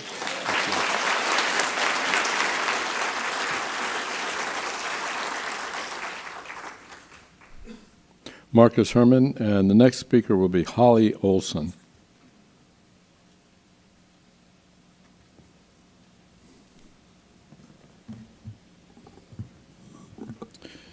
Commissioner, staff, I am Marcus Herman, the current chairman of the Merritt Island Redevelopment Agency. First off, I really want to give hats off to the developer and their representative for doing everything they could to try to make this project work. It just doesn't.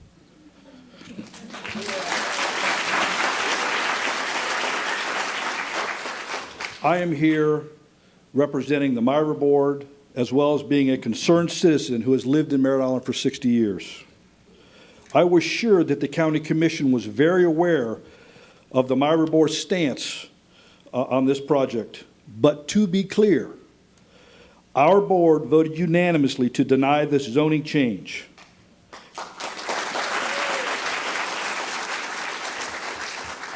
We did so in part because we did not find it to be compatible with the surrounding area, and we were concerned with the level of density.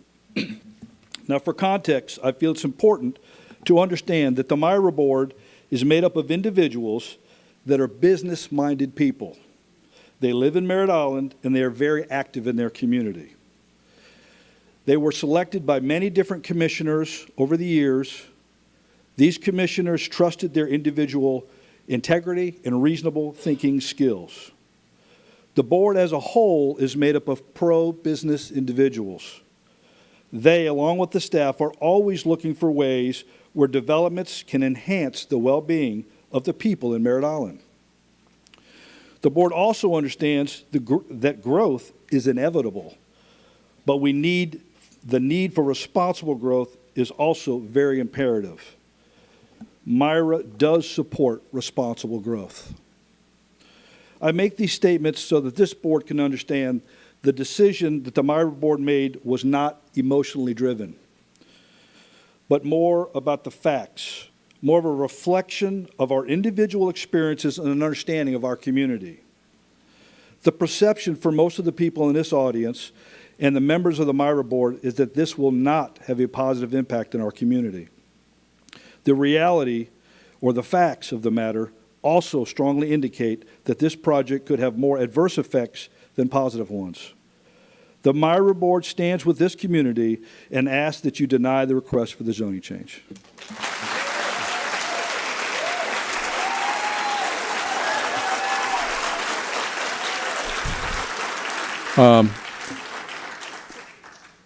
There's been a request for a 10-minute break. We typically take those after every hour and a half, 2 hours. So we'll break until 6:45 and come right back. We have quite a few cards left, so we'll be up here for a bit. Thank you.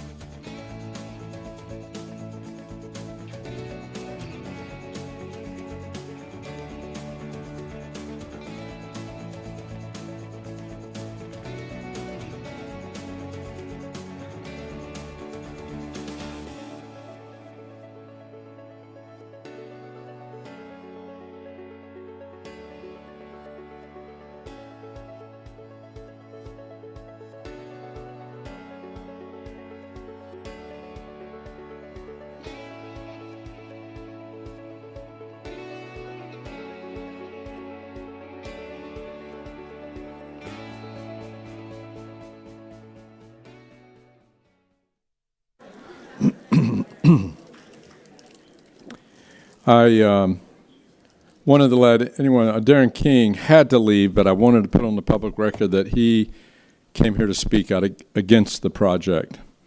And anyone who wishes to waive their time can let us know for or against, so you can go on the record if you didn't want to speak. So our next speaker is Holly Olson.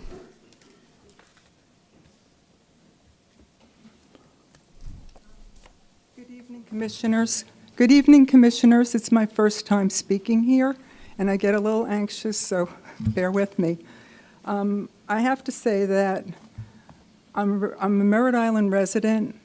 My name's Holly Olson, and I feel like Brevard County is a beautiful county, and we are so diversified in our businesses with the tourism, the space industry, all the things that Brevard County has. I have to say that for every speaker that spoke tonight, I'll double down on it because I feel choked up because I feel like they were so smart and they weren't being emotional, they were being correct as far as I see it.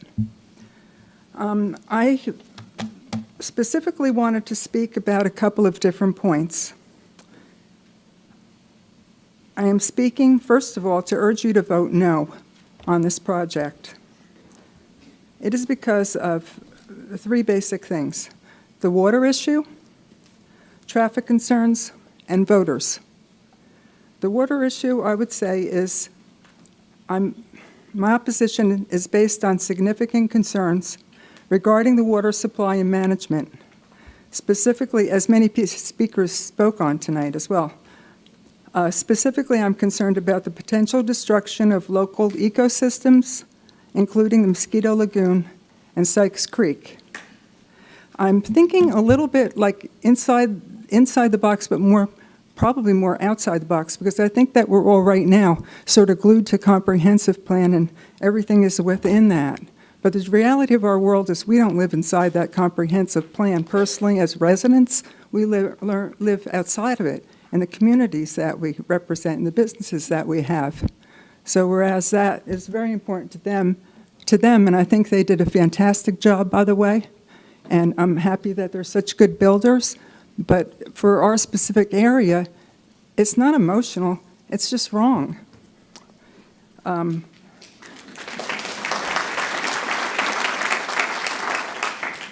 So I said I had three things. The water issue is one. The traffic concerns, I can't even say anything about because everybody spoke so brilliantly about the traffic concerns tonight. The other thing is the voters.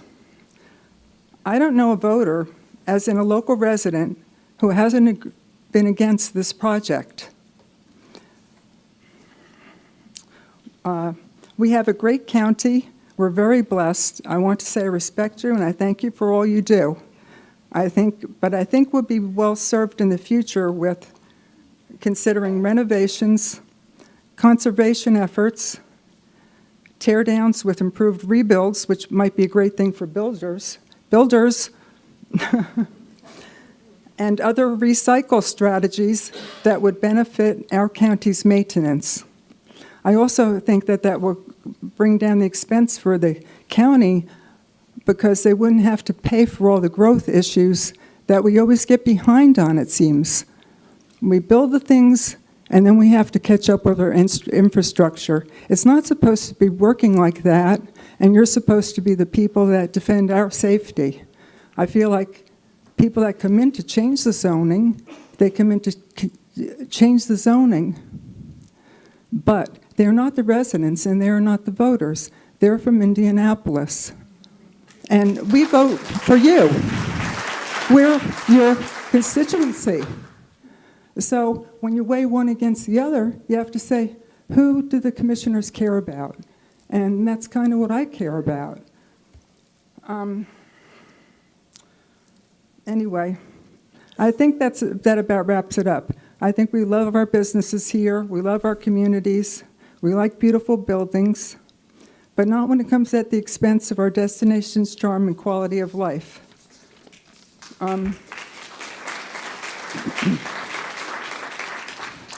In my opinion, we would be better served with renovation, conservation, I probably already said this, tear downs with improved rebuilds and other recycling strategies for future benefits.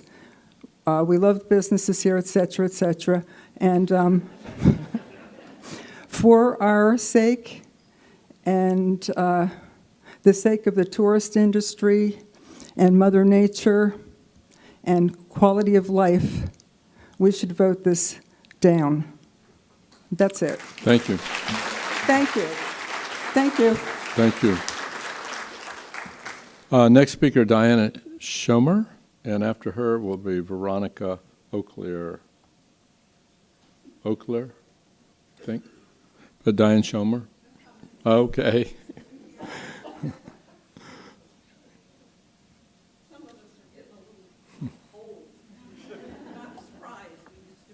I should have called your name sooner.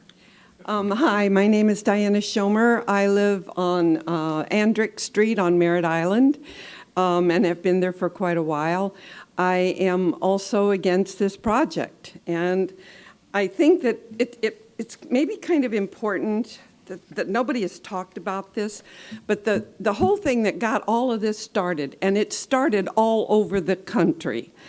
In this state, it started with the Live Local Act. And it's what promoted all these high-density projects. And they gave these developers many, many perks. They don't have to pay impact fees. They don't have to pay sales taxes on up to $5,000 of sales tax per unit. So they can buy all the materials tax-free. They don't have to pay all their property taxes.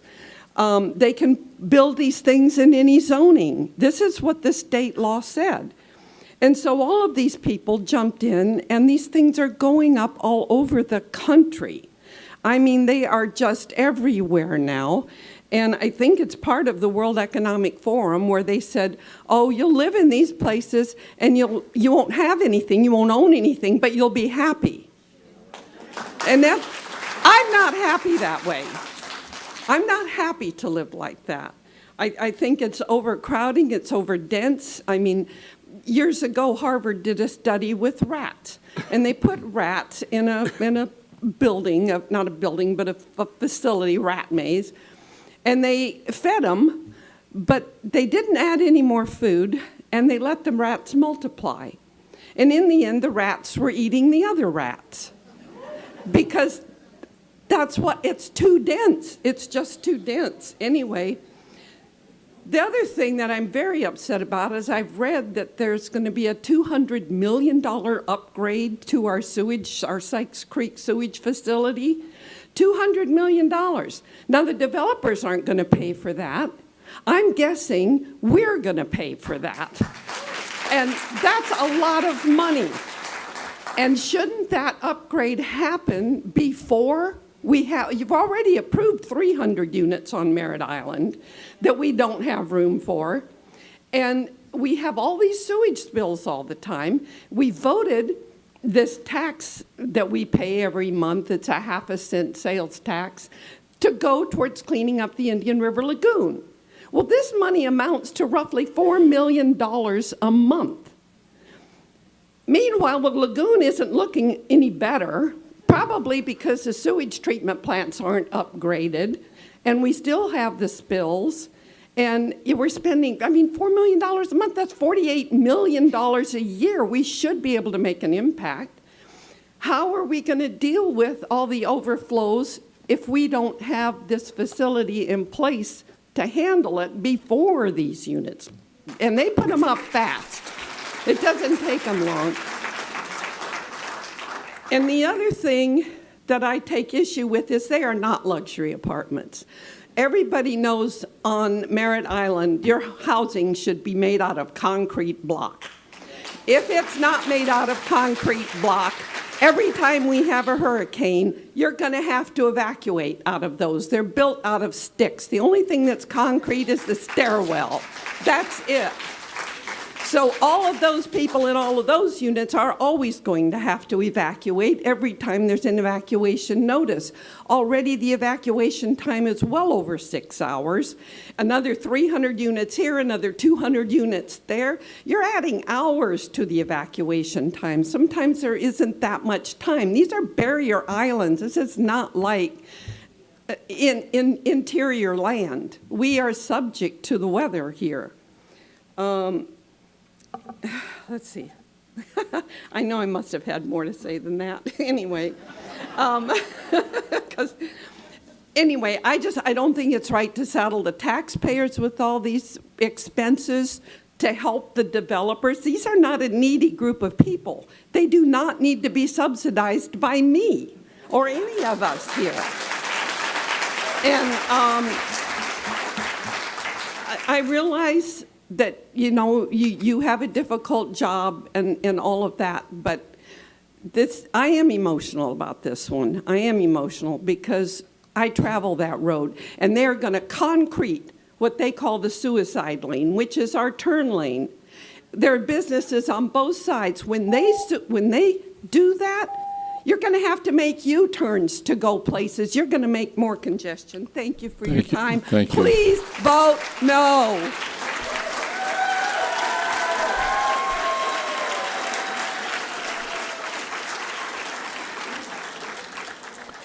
Veronica, and our next speaker, Michael Wilson. Actually, I'm the attorney who's representing the community association.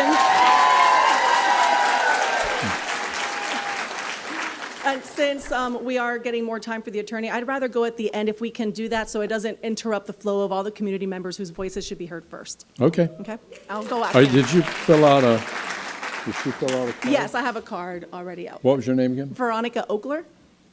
Okay, I'll put you at the end. Okay, Thank you. Thank you. Oh, that's right. I called your name, didn't I? Duh. Okay.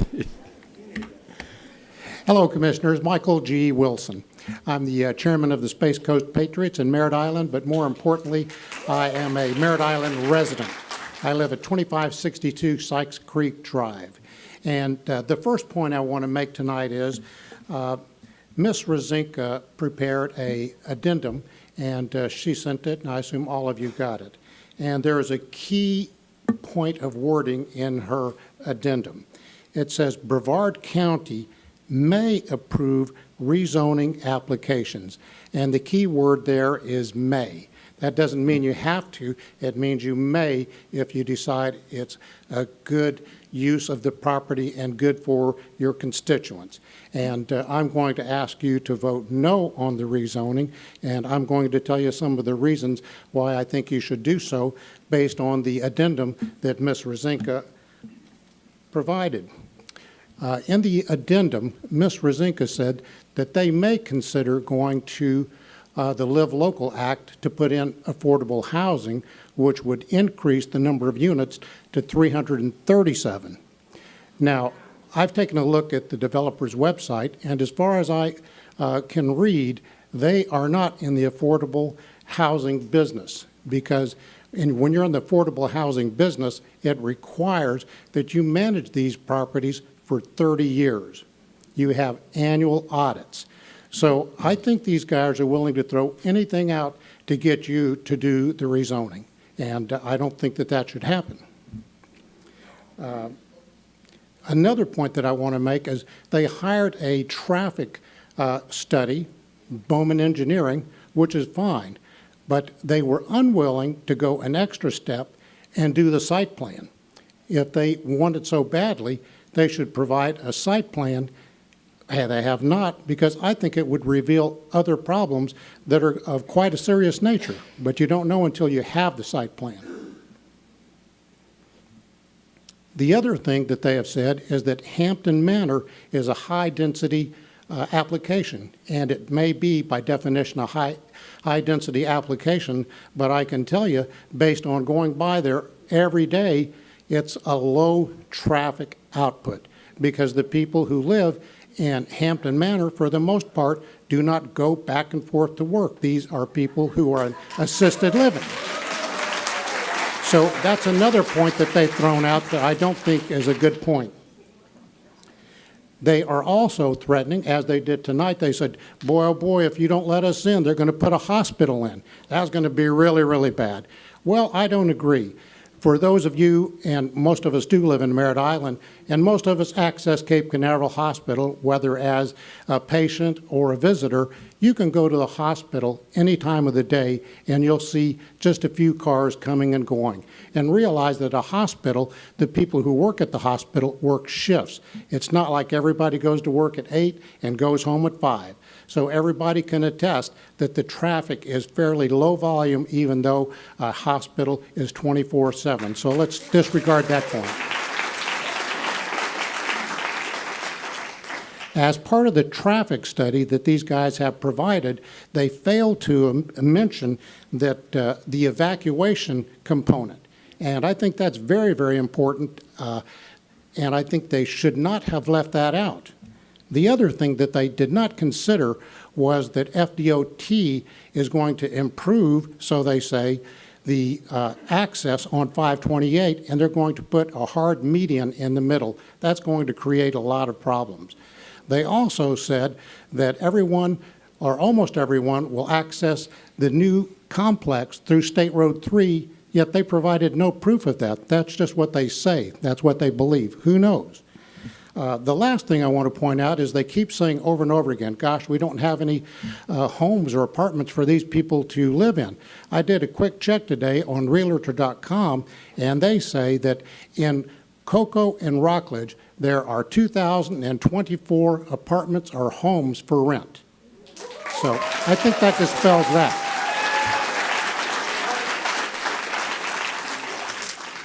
Commissioners, thank you very much for your time, and please vote no. Thank you. Lindsay Buckle is our next speaker, and after her will be Barbara Giles.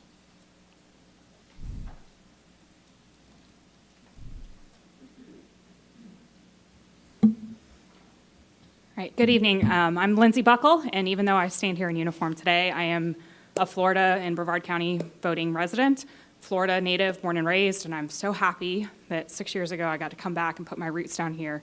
I live on 2645 Raintree Lake Circle. My kids attend Lewis Carroll Elementary, ride their bikes to and from school every single day. They like to play in those woods that are behind our neighborhood development there, and they also like to play in the stormwater every single time it rains and floods our neighborhood. And I'd like to share some pictures with you, if I can. I don't know if we can pull that up. But my kids, every time it rains, and some of the pictures I'll show you, this one is from 2000 and, oops, get the glare off here. This one is from 2022. And what I want to show you here is I live, make this a little prettier for you guys. Turn it the other way. There you go. I live directly where two storm drains are. So right at the end of my mailbox is a stormwater drain, and across the street from there is a stormwater drain. As you can see here, it is lightly raining. This is not a hurricane. This is a rainstorm. I'd also like to point out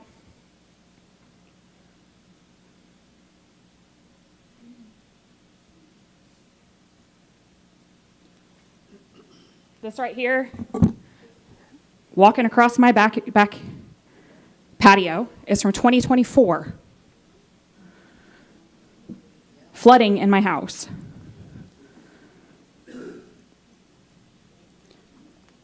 And in 2022, I have pictures here that I have emailed of us paddleboarding and kayaking down the street. All three of these events are, again, from rainstorms, not from hurricanes, normal rainstorms. And each one of these events, several of them, I reached out to the county commission and I asked, what is your stormwater maintenance plan for this neighborhood, because it's not working? Across the street from us is Raintree Lake Circle. The lake is not flooding in these events. The stormwater drains are not taking care of the water like they should be. I talked to some of my neighbors that have been in the neighborhood for a long time. There are culverts that used to run all behind the houses. Those are not maintained. They no longer exist. They've been filled in. We have the culverts that run all along Pioneer that are not accounting for this stormwater. And so my issue, I applaud the development team here that has taken the site plan, they have listened to the community and tried to mitigate as many of the concerns that they can that are within their span of control. But my issue here is with the county maintenance of our stormwater. That is not the responsibility of these developers. They will be responsible for taking care of the 3 inches of rain that their code requires them to take care of on their site plan. The problem is that site plan is going to include some fill dirt, it's going to include going to a retention pond, and it's going to include going out to our stormwater maintenance that connects to our neighborhood that is already not maintained. And as they tie into that stormwater maintenance, that flooding that I experience on an annual and persistent basis in the 6 years I've lived in my house is going to continue and get worse. I have already spent tens of thousands of dollars trying to get drainage companies out to my house. The only thing they can do is put drainage ditches in and send it out to the street, which I just showed you is already flooding. That's not going to get the flooding out from around my house. I don't know what I can do anymore within the neighborhood, and the development that's going on around me is going to raise the dirt level, it's going to tie into our stormwater, and it's going to make the flooding of my house and my neighborhood worse. And so my issue, I applaud the team for listening to the community. It is not their responsibility to make sure the stormwater drain at the end of my street is clear for their development to occur. That is the responsibility of this commission. And I can tell you after each one of these events, I have also reached out to the commission as an engineer myself and as a program manager and government employee. I said, what is your stormwater maintenance plan for my area? Crickets. I got emails about this is a once-in-a-lifetime rain event. We can't account for this. I said, that's funny because this has happened about 5 or 6 times now since I've lived here. I have been told, well, here is our GIS data for what our stormwater plan is, looking at the map of where all the drains and ditches are. I have asked repeatedly, how are you going to maintain our stormwater system in this area? And I have not gotten an answer from our county. And so that concerns me when we talk about adding hundreds of development units that are going to tie into our stormwater plan and how that's going to affect the flooding that's already occurring in my neighborhood. And so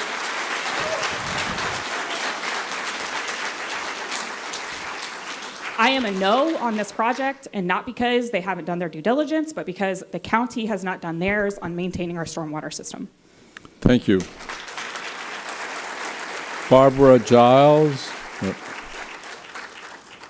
Barbara Giles, and our next speaker is Gregory McClaskey.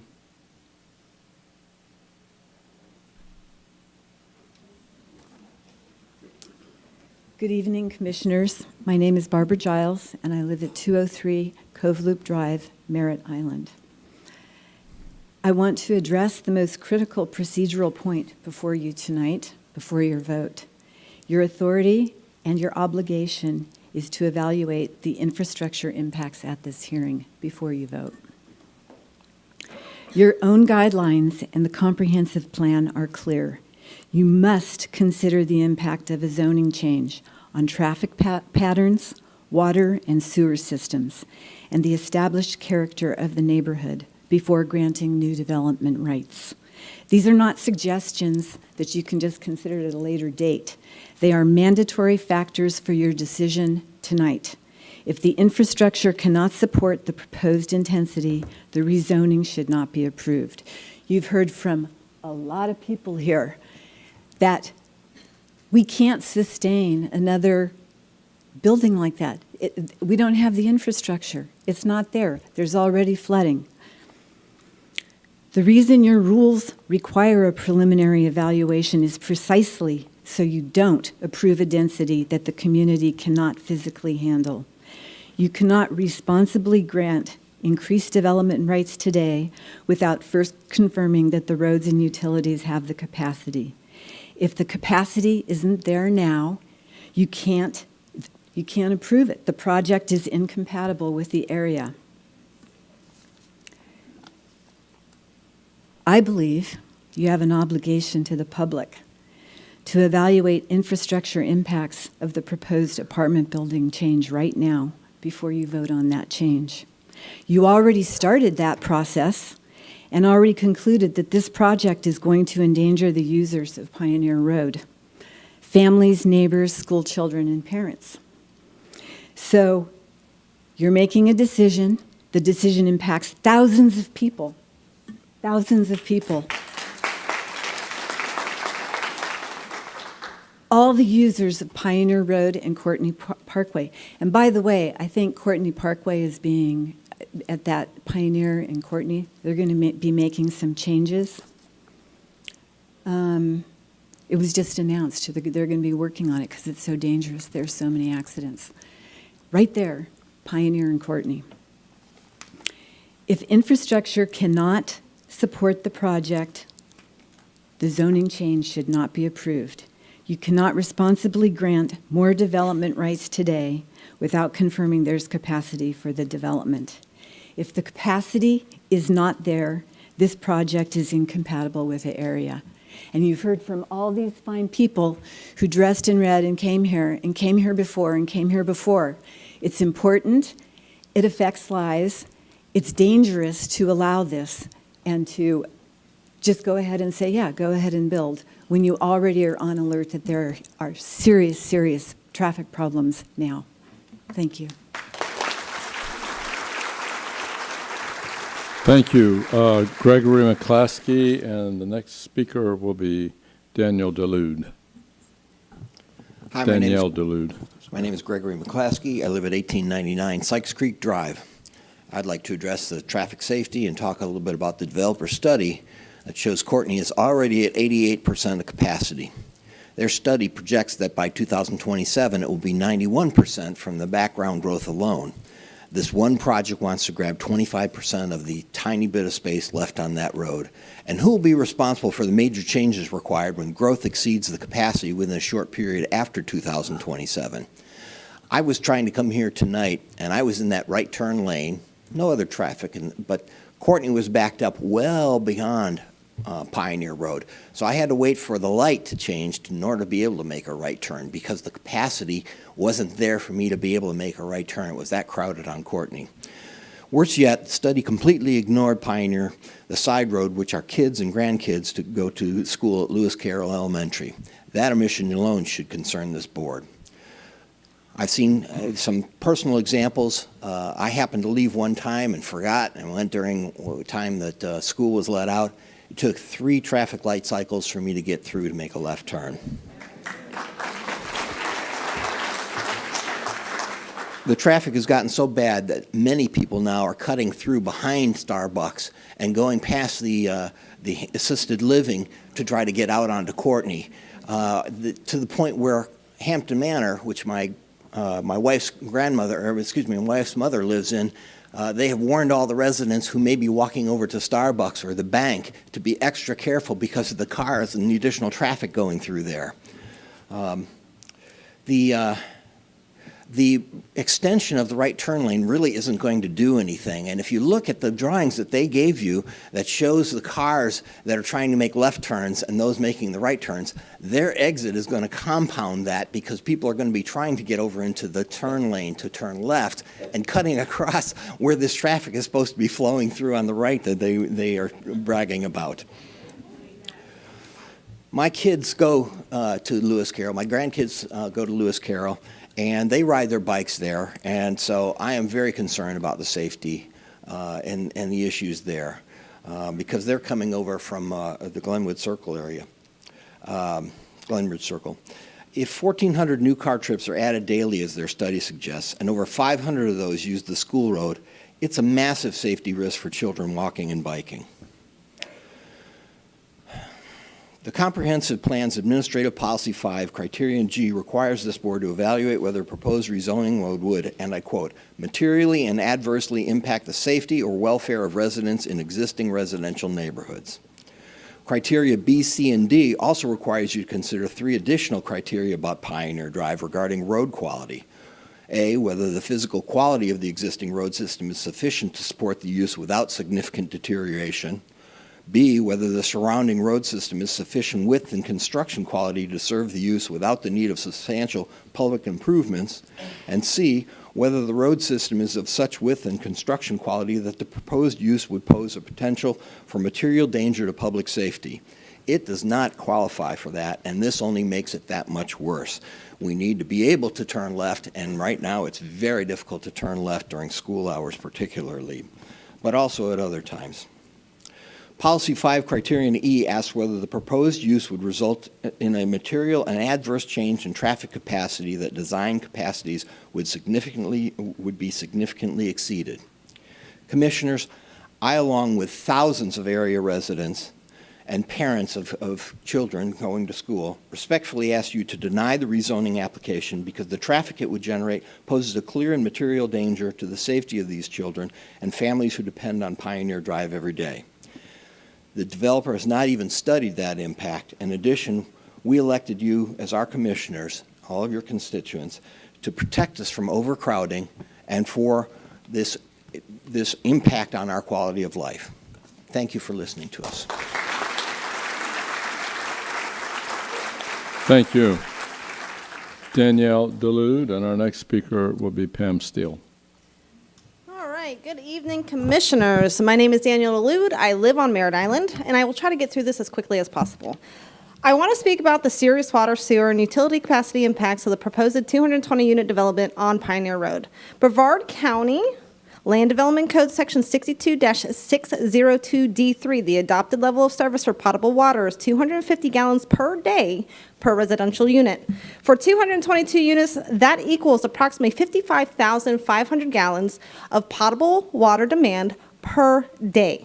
Section 62-602D2 sets the level of service for sanitary sewer at 200 gallons per day per unit, which equals approximately 44,400 gallons of sanitary sewer demanding per day. These figures do not even include the swimming pool, the 6,500 square foot clubhouse that they're wanting to put in there, or other amenities. Section 62-1151C3 of the Land Development Code expressly requires this board to consider the impact of proposed rezoning on water and sewer systems and other public facilities at the rezoning stage, not defer it to site plan.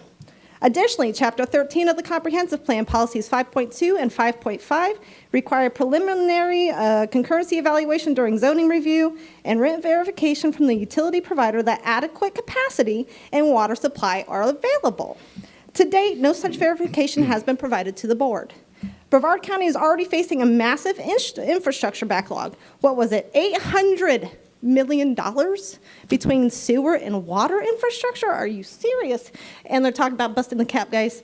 Now, Brevard County is already facing that. We should not approve additional demand that could degrade service to existing residents who have already paid for our current water and sewer systems. I respectfully urge you to require clear written confirmation of adequate utility capacity before any approval, and to deny this application if that capacity does not exist or will not be fully funded by the developer.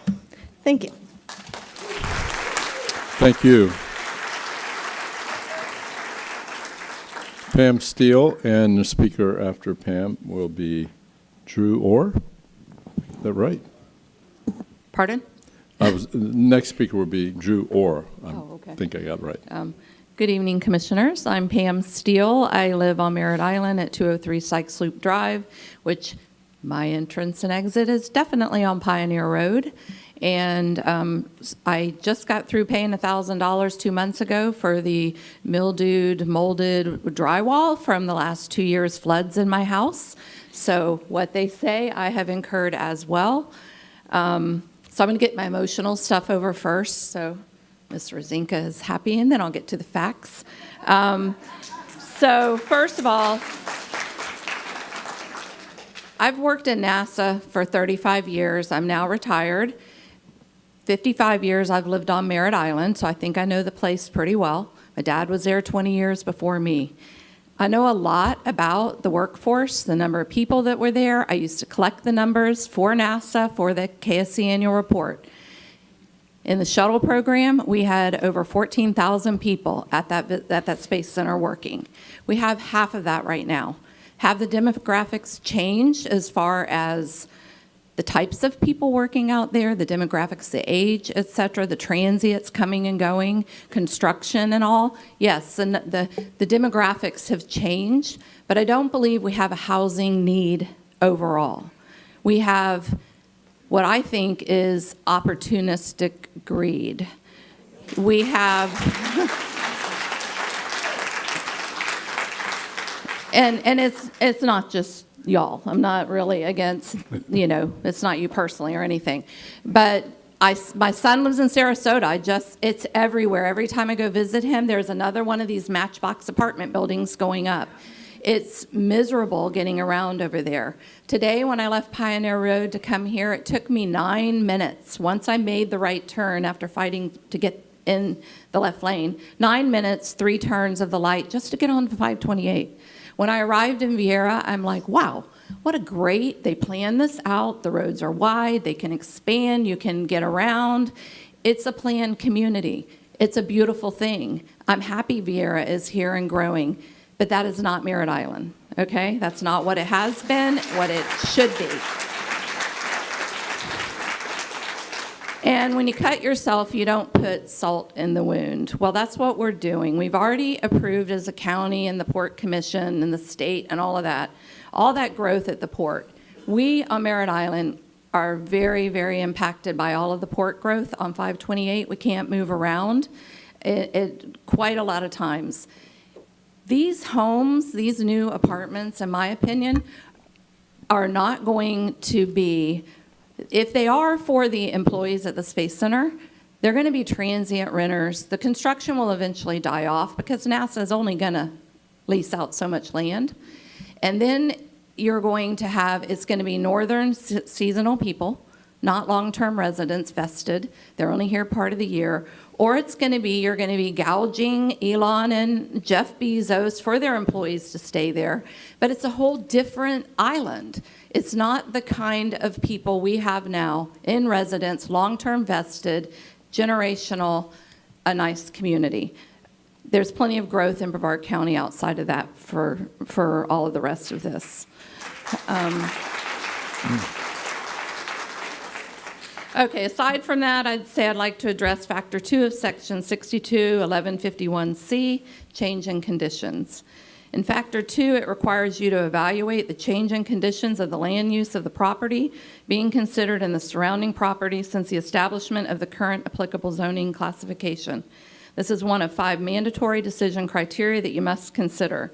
It focuses on the property and the surrounding property, not the regional trends. Just because it's happening in Vieira doesn't make it right for Merritt Island.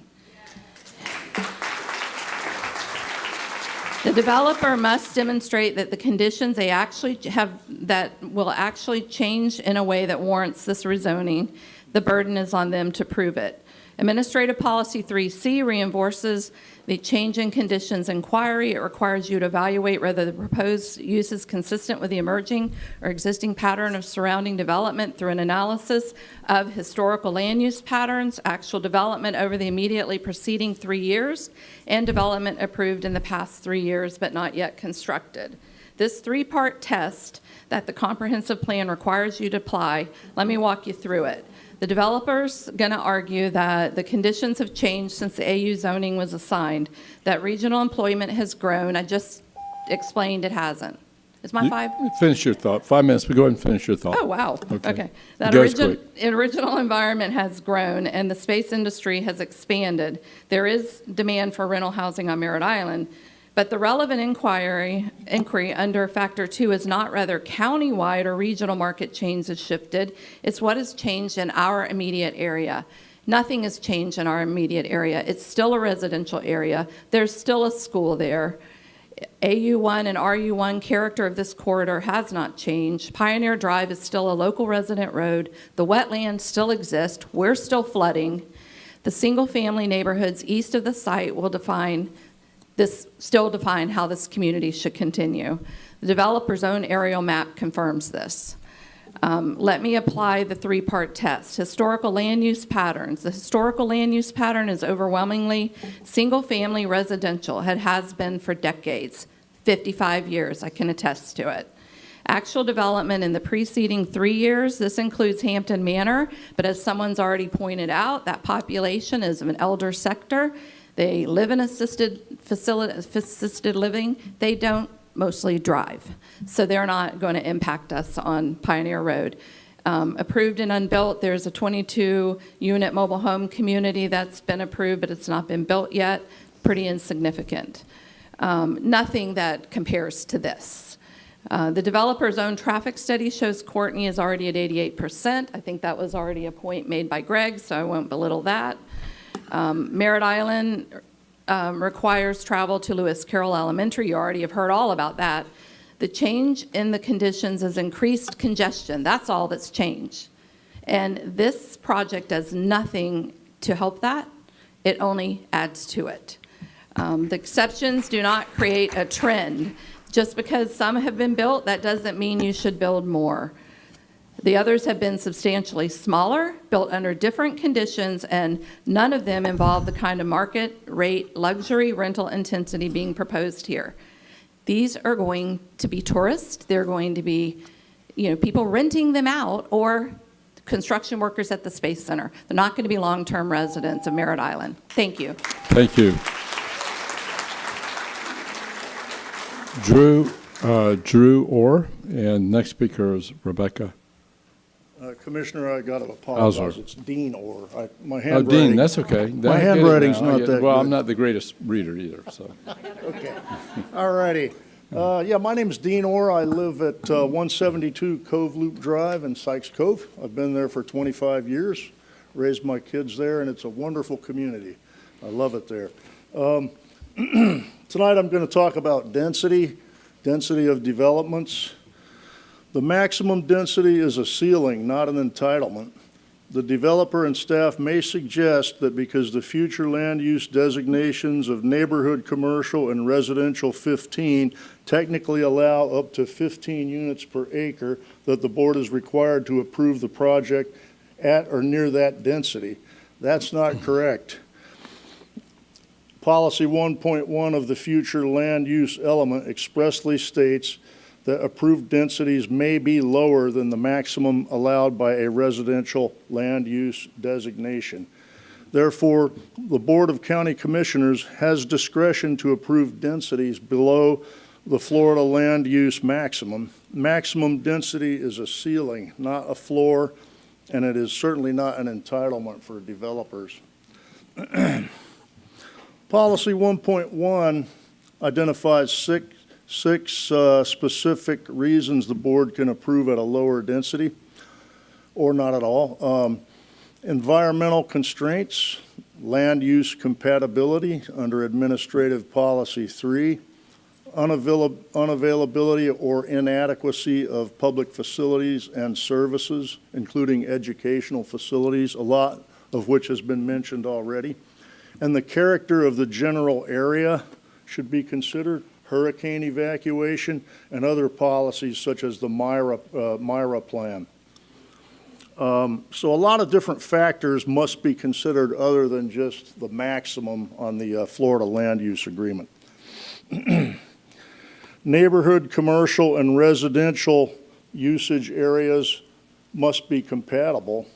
Under Policy 210, residential development in a neighborhood commercial designated area is only permissible, and I quote, provided that the scale and intensity of residential and mixed-use development is not compatible with abutting residential development, or is compatible, but the problem here is it's not compatible with the local residential development. The density is the problem here, and we just want to make sure you guys realize you don't have to approve the maximum density that's on a map. You can approve lower or none at all. And, this is a lot of technical stuff, but I kind of want to step back and talk big picture now a little bit. I've lived there for 25 years in the Merritt Island area, and the congestion has gotten more and more dense over the years, especially on Courtney there. And if you think about it, that intersection of 528 and Courtney is like a crunch point for the whole Space Coast. At rush hour, the whole Space Coast is coming to try to get through that area. So we are super densely populated during rush hour. That whole place is packed, and to put a high-density apartment right in the middle of all that is just trouble on all fronts, as has been stated here today. So you're here to protect our community and not developers' profits here. So we implore you to please vote no on this and think about the homeowners like me that have been here for 25 years. We love our community.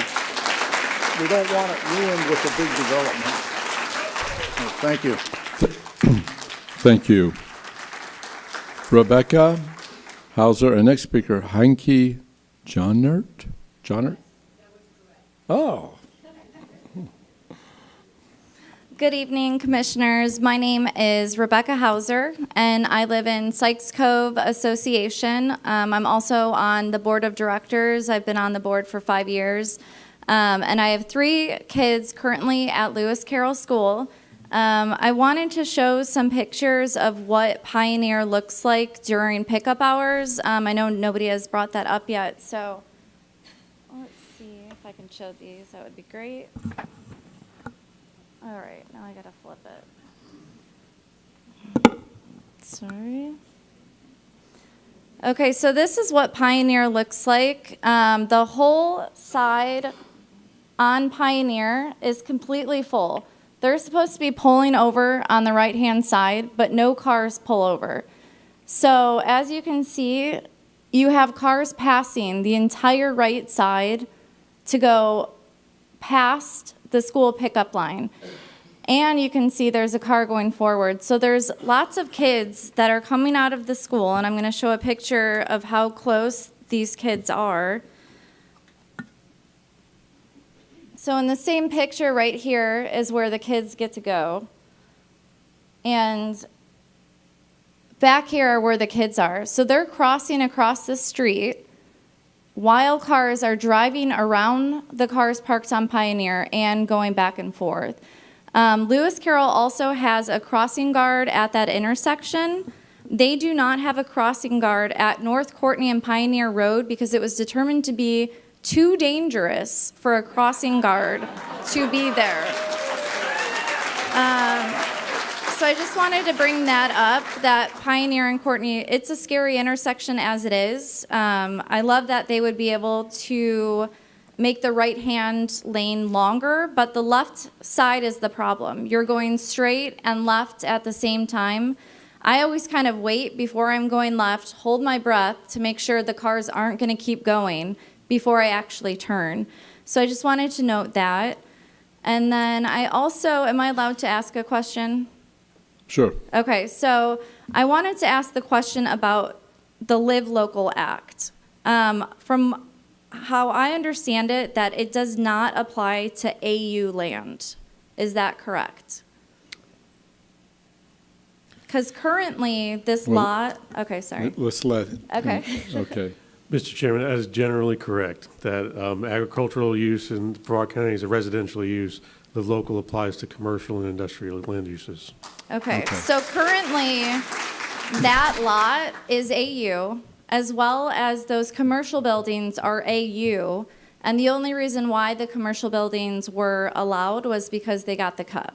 So I wanted to point that out, that even if they said that we could do the Live Local Act, make the apartments bigger, that doesn't apply to the current zoning right now. And then just to end it with, I'm going to be kind of quick. So if this board approves 222 units at this location and at this intensity, you are establishing a precedent for this immediate area. You are signaling that the single-family residential character of this community can be overridden by any developer who points to a future land use map designation and demands maximum density regardless of compatibility, character, or infrastructure. So I am requesting that you please deny this based on what everybody else is saying, and then also what I just mentioned. Thank you. Thank you.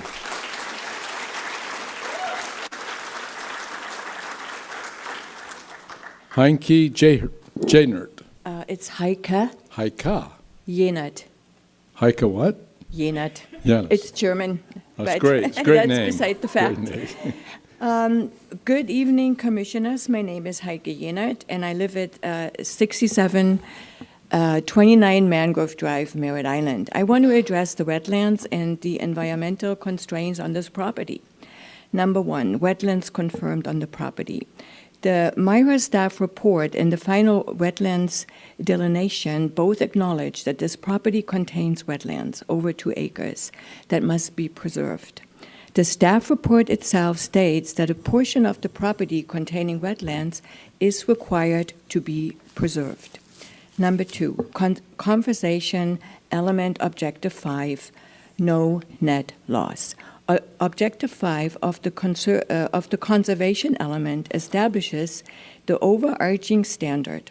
It directs the county to preserve, protect, restore, and replace wetlands to achieve no net loss for functional wetlands in Brevard County. It requires that protective activities to be prioritized in this order. Number 1, avoidance of impacts. Number 2, minimization of impacts. And number 3, mitigation for impacts as the very last resort. This is binding county policy, not a suggestion. Number 3, policy 52E1, density within wetlands limited to 1 unit per 5 acres. Conservation element policy 52E1 states that residential land uses within wetlands shall be limited to not more than 1 dwelling unit per 5 acres, net acres. This dramatically constrains the developable area of this parcel. Number 4, policy 52E4A, NC designation with wetlands. There is an additional constraint that is critical. Policy 52E4 provides that institutional or residential professional land developments on property which contains wetlands and which are designated on the future land use map as neighborhood commercial or community commercial shall be considered commercial as set forth in policy 52E3.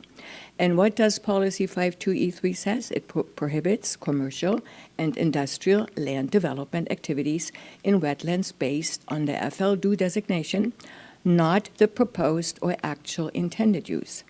This means the wetland constraints on this property are even more restrictive than the developer may have represented. Certain types of residential development on this NC-designated parcel with wetlands are treated as commercial, and commercial development in wetlands is prohibited. Number 5, effective density increases on uplands. If the developer must avoid all wetlands, which the conservation element requires as the first priority, then the effective density on the remaining upland portion increases substantially. This raises serious concerns about building height, building mass, and intensity on a reduced footprint. This also raises compatibility issues because the buildings will be more concentrated, more imposing, and more impactful on the surrounding single-family neighborhood. Number 6, the last one, the site plan places buildings on wetlands. The developer's own density study and conceptual site plan show building footprints that extend directly into wetland areas, as identified on the wetlands delineation. The only stormwater feature shown is the single area labeled SW1 at just 0.14 acres. This alone demonstrates that the developer has not taken the conservation elements requirements seriously, and it calls into question whether 222 units can be feasible constructed while complying with all applicable wetland protections. Commissioners, the developer bears the burden of demonstrating feasibility. That burden has not been met. I urge you to scrutinize whether this project can actually meet the conservation element requirements, and to deny this application if it cannot. Thank you.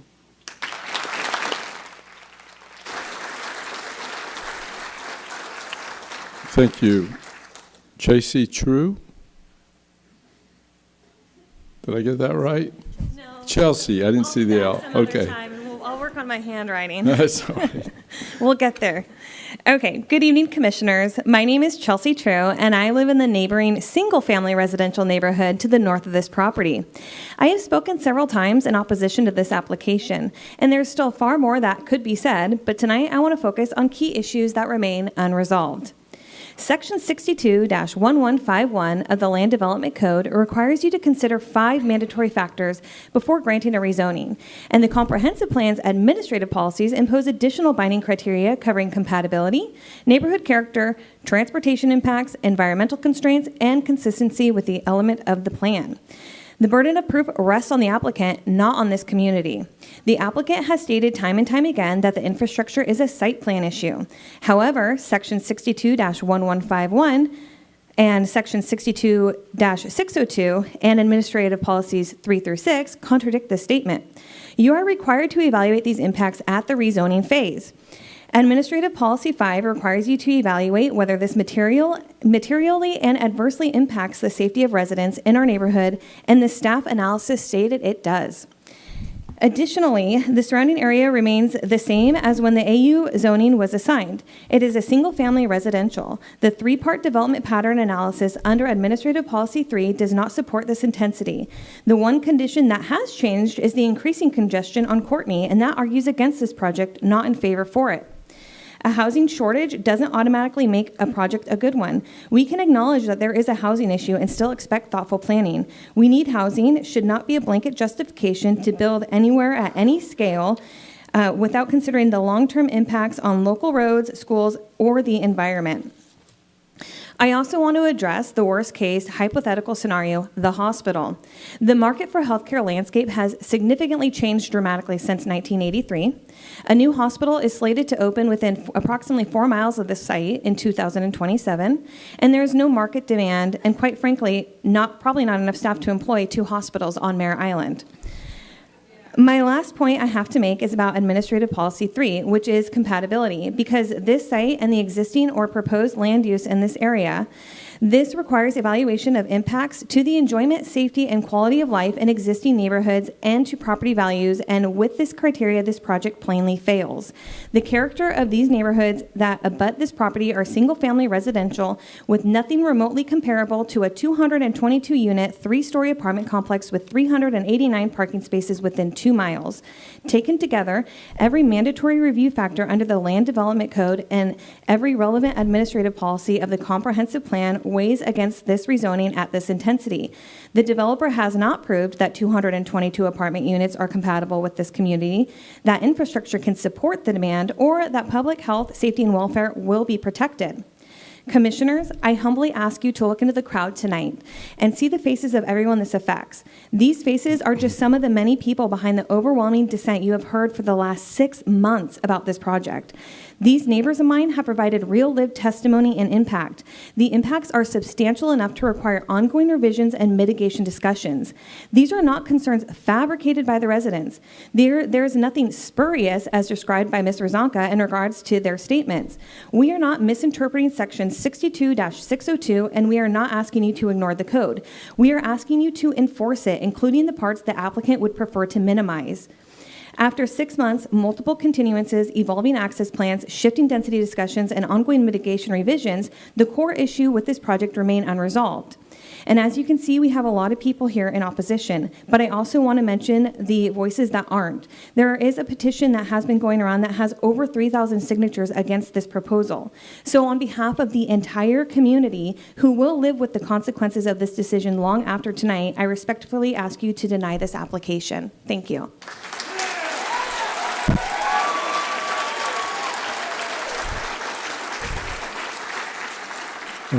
Thank you. Brandon Shannon. And then our next speaker is Teresa Clifton. Can't believe I have to follow that one. What? I'm sorry? I said I can't believe I have to follow that one. So my name is Brandon Shannon. I've lived in Brevard County for the last 6 years and on Merritt Island only for the past 6 months. Clearly I wasn't born and raised here, but I'm standing here before you because of the community and the people in it. Time and time again, this community has shown commitment to responsible development and to preserving what makes this place special. And that commitment is what brought me and my family here into the fold in the first place. That mentality and that commitment to community is what my family and I call this place home. This is my community, and these are my neighbors and my peers. I love living here, the friendly faces I see at the store, The simple kindness between neighbors, the gorgeous weather, and the low-key way of life. That's what makes Merritt Island and our community great. It's our responsibility as residents to make our voices heard, and it's your primary responsibility to act in the best interest of the people you serve.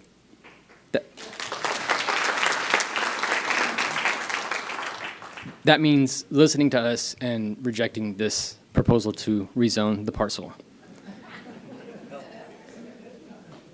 The proposal to rezone the parcel from agriculture residential to medium-density multiple family residential with the intended use as a dense pack apartment complex is irresponsible, largely irreversible, and risks setting a damning precedent. According to the traffic study by Bowman Consulting Group, this project would generate 1,379 daily trips in and out. That's 1,379 additional turns across traffic or U-turns. That's 1,379 more opportunities for crashes, and that's 1,379 more vehicles feeding into the 528 interchange. None of that is in the best interest of the residents who live here. The same traffic study also claimed that the current agricultural residential zoning could generate up to 5,500 daily trips attributed to the proposed future land use for a hospital. But we have to ask, do we really think a hospital will ever be put in this place? Cape Canaveral Hospital down the road is roughly the same size of this plot. The replacement Rockledge Hospital will be about double the size, and it would be a stretch to make a business case to build a hospital at this specific location. Even if it were, it at least would provide long-term quality jobs for hundreds of people for decades into the future. This apartment complex simply will not. Attachment 3 of the study also lists the traffic impacts for other potential uses of this land: 36 daily trips for single-family homes, 9 for a park, 341 for plant nursery, 42 for a golf course, and if I may, I'll add 0 if we just leave the land alone.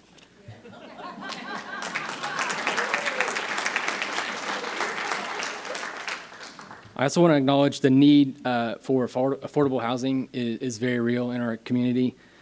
This proposal does nothing to create affordable living for people who live here and work here. Without clear, enforceable affordability commitments, it would simply add more expensive market rate apartments, not the attainable homes that this community and people that we want to move into this community desperately need.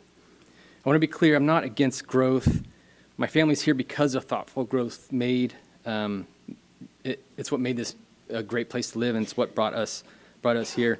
What I'm asking for is growth in the right place, at the right scale, and for the right reasons. Zoning is a promise to current residents and to the future buyers about what they can reasonably expect next door to them. If this promise is broken here, you don't just change one parcel, you weaken the trust that keeps people engaged and supportive of our mission. Individual choices add up to big change none of us intended. If there is any doubt err on the side of protection, we can always consider a better proposal later. We cannot unbuild a project that doesn't fit. Today you have an opportunity to show that local voices matter more than distant interests, to show that stewardship outranks short-term gain, and to show that your duty to the public interest guides you when it counts. This proposal is being brought forward by outside interests.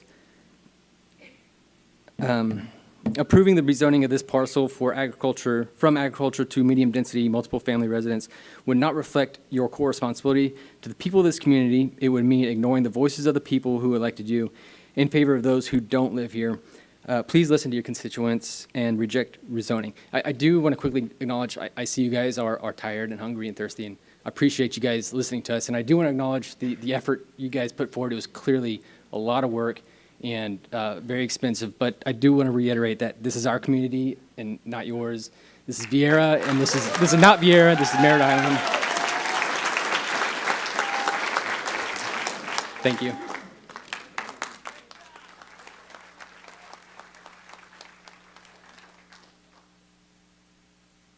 Teresa Severson.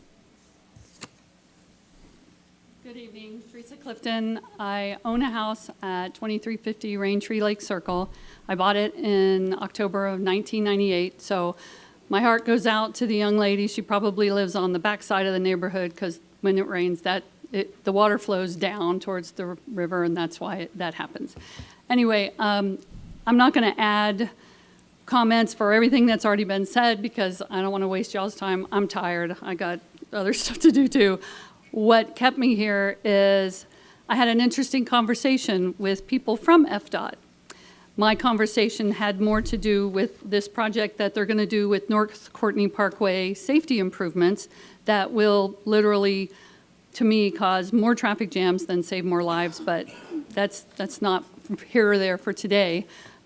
The interesting part was they're not aware of that development coming in. That wasn't part of their study to try to fix Courtney Parkway. Also, I've heard remnants of there's about 40 acres on the other side of Pioneer that, well, they're looking at seeing what happens here to see if they can do that with theirs. So Pioneer is already under stress, and when they go ahead and do what they're going to do with the concrete barriers, I'm not real big on what I call suicide lanes because, yeah, that gets scary on Courtney, but it is creating a really bad situation, and it's only going to get worse. And you don't want to stop development. I get that. I do have concerns about the environment. I don't think that you can concrete in around 1 acre and whatever creature is living there in that wild area in the wetlands is going to survive it, because I've seen it and it just doesn't happen. You might as well just go ahead and just mow it all down, because whatever's there is going to one day come out and get mushed in the road, and then there won't be it there. So anyway, that's pretty much what I had to say. I just want to make sure y'all are aware that the 2 people I spoke with last Thursday from FDOT who came over from Sanford, who are in charge of this project, were not aware that we have all these other building things happening. So they were not taken into account with any of that traffic study or whatever that was. Thank you. Thank you.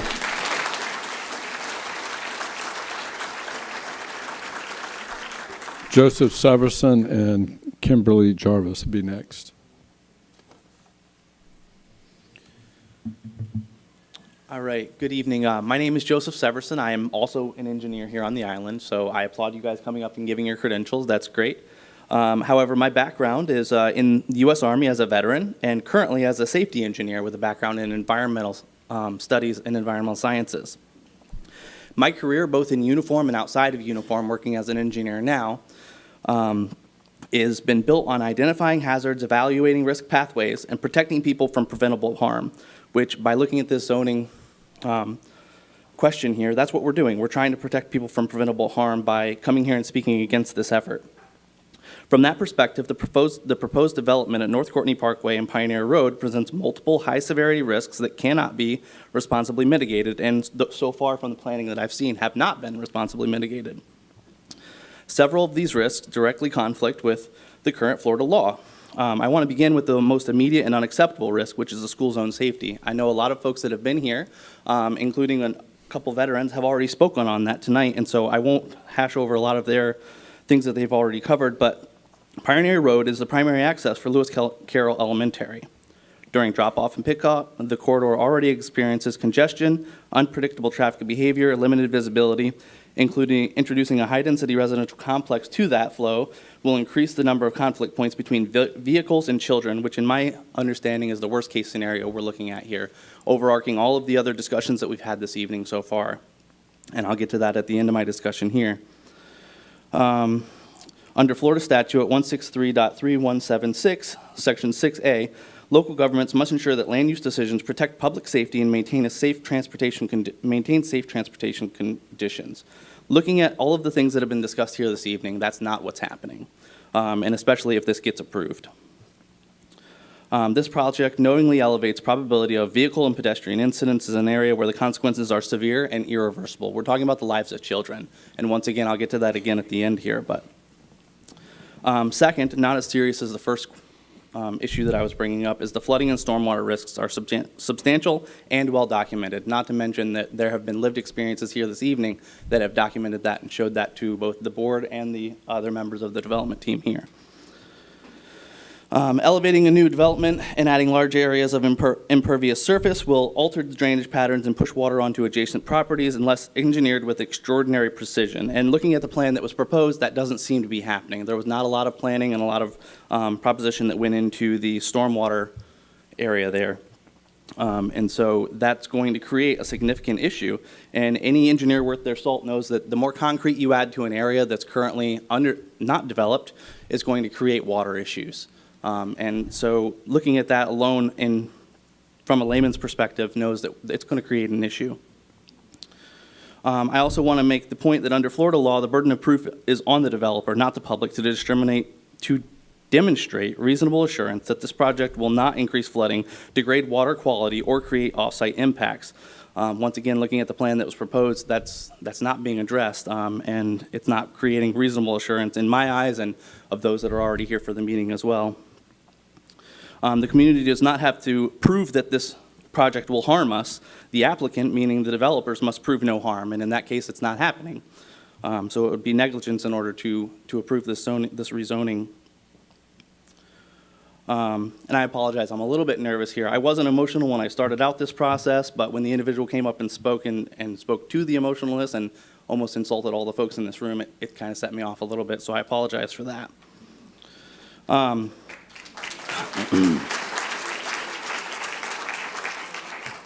Section 303D of the Clean Water Act and Florida statute at 403067 governs BMAPs.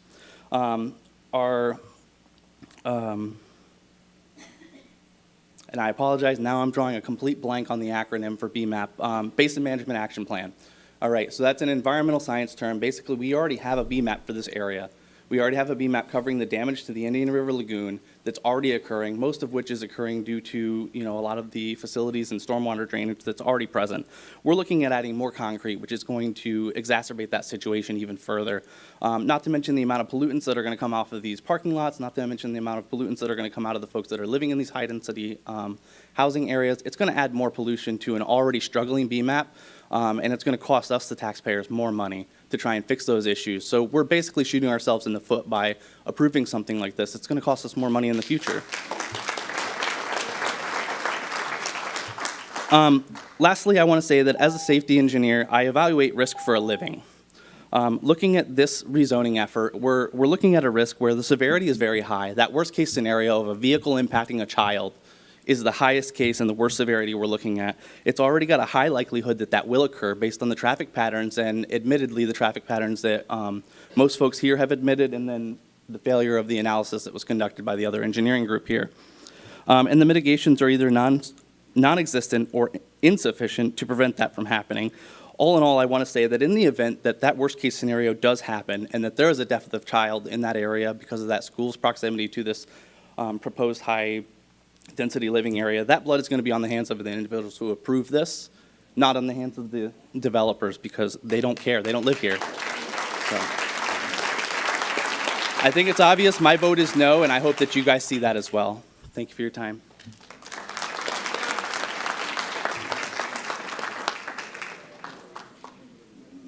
Kimberly Jarvis, then Lynn Knight.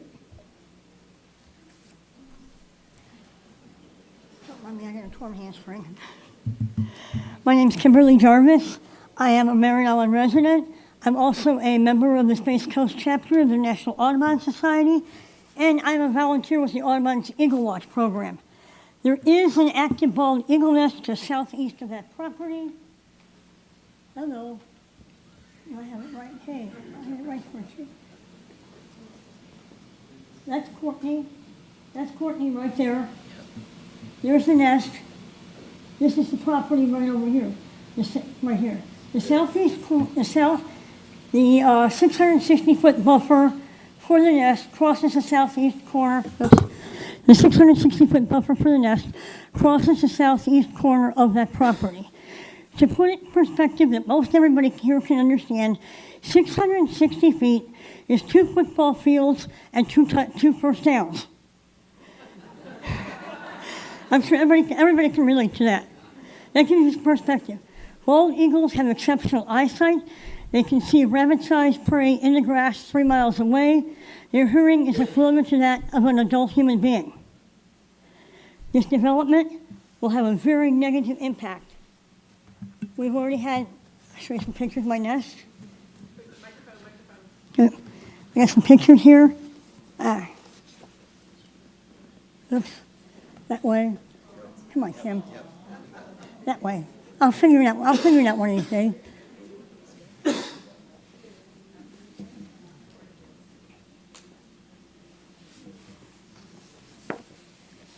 I took this picture in January. See the little critter?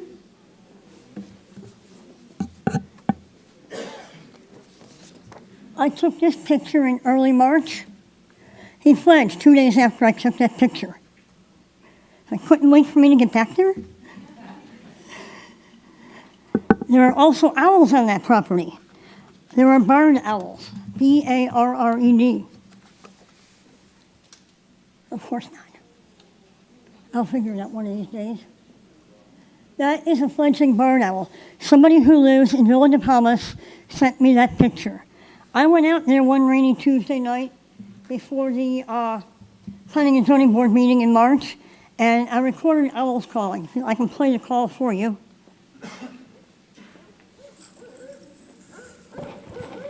I don't know how you can hear it. My phone's not that loud. But anyway, there are barred owls on that property. I also heard black-bellied whistling ducks. At the end of the Space Coast Shorebird Partnership preseason meeting in April, I spoke with one of the men from FWC, and he said an environmental impact study is required to be done, and developers have a bad habit of skipping that part. If the rezoning is approved, I'll be on the phone with FWC first thing tomorrow morning to make sure an environmental impact study is done. There are more eaglets in that net. There's at least one more eaglet in the nest. I've seen the female laying in the nest, and I've seen her sitting up on a branch above it, being very watchful. There's only 2 times the eagles lay in the nest. One is when they're incubating eggs, and the other is when they're brooding eaglets. Since the adults are not there all the time, there's eaglets in that nest, which means hopefully we're going to have another fledge. So the nest is not only considered active, it's considered successful. And I will be ensuring that my eagles are protected. I love my eagles. I keep calling it my nest, and somebody asked me, well, how can you own eagles? I said, I don't. I just own the nest and rent it to the eagles. Thank you.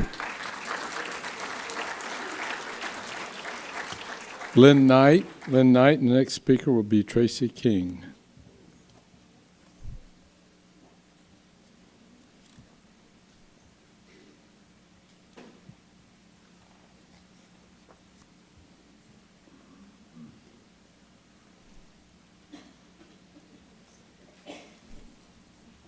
My name is Lynn Knight, and I've lived in Merritt Island for 46 years. My husband was the head engineer at the Air Force Station, and he passed away at 49. Anyway, I wanted to tell you, we moved here because this was the dream of his life. He never wanted to go any place but the Space Center. And when we came here, I believe, if I'm not wrong, and pardon me for being discombobulated, but I think we had $30,000 here, or 30,000 people here in Merritt Island. I may be mistaken, in 1980, but I know that Thad was a child, and we introduced him to this stuff.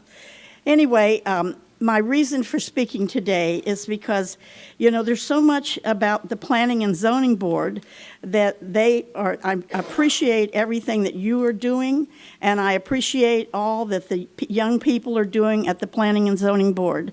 But Brevard County is like a backwood politics. It's like the oldest of the oldest of the oldest, and they're so far behind in everything that it's really sad, because when it comes around, we're the ones that are suffering. I want to thank our Commissioner Goodson. I appreciate very much him being sick and listening to this from all of us people, because we're very concerned. I want to tell you, I went to the Department of Transportation yesterday, And I spoke with a woman that was very involved and had been doing this for many, many years. She was out of DeLand, which is the district of DeLand, which is where we're from. That's where we go for our transportation. She told me at that time that we had, at the present time, 27,500 cars, and that on Courtney, up to 34,000, and it was 30,750 south of Courtney, off of past 520. So we have way, way more than anybody ever knows out there that's traveling up and down our waterways and our riverways or streets. I just want to tell you that one of the gentlemen said that if this was approved, that would be 1,329 trips per day, okay, for the amount of people that they had. Well, you can more than double that. It'll be 26,058, because the property directly across is not addressed at the present time, is what's coming up next. And so we're going to have that many more apartments right across the street. And my child went to Lewis Carroll Elementary and graduated, and it's a fabulous school. We have so many schools off of Courtney. We have so many churches off of Courtney. We have so many businesses that we welcome. But I'm just telling you, when you have like even a hotel, when it comes to the evacuation, I've been through the evacuation 3 times. And I want to tell you something, it's not funny. And that was back when there was 30,000 people. I paid $115,000 for my house back in 1980, and I went to a commission meeting and was so dissatisfied with what happened. I joined the committee to save Sykes Creek, and this is not any better than it was back in 1980. It's nothing against the planning and zoning people that work it. It's the information that's given to them. You know, that's what is happening in our Merritt Island, because just like out at the Space Center, when they bring in the 3rd Starship, I wonder if any of you know that the velocity, or whatever it's called, from the noise from the shuttle is going to be 10 times more than it is now with the space shuttle. And all of us are going to have our windows replaced. My house right now is worth, I paid $115,000. It's now worth $1 million. And it's really sad, because we also have property that's on the street, right down the street at Lewis Carroll. And at the end of the street, it is very marshy and watery.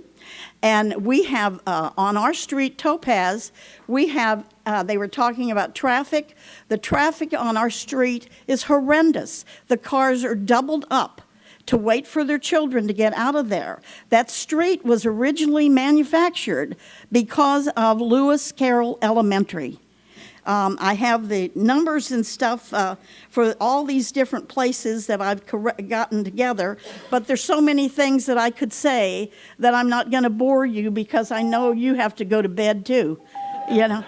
But I'm just telling you that the sewage that I dealt with back in 1980, I want to tell you, honest to God, I worked for 7 years.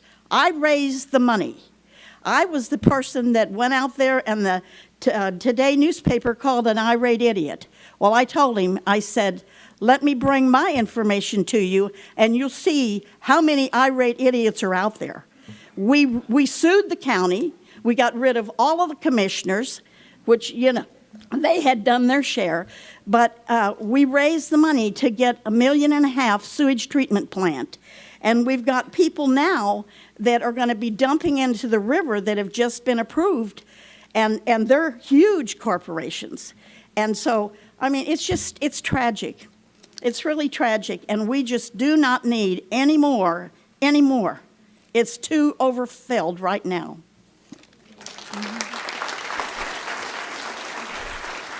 Thank you. Tracy King is our next speaker, and then Veronica.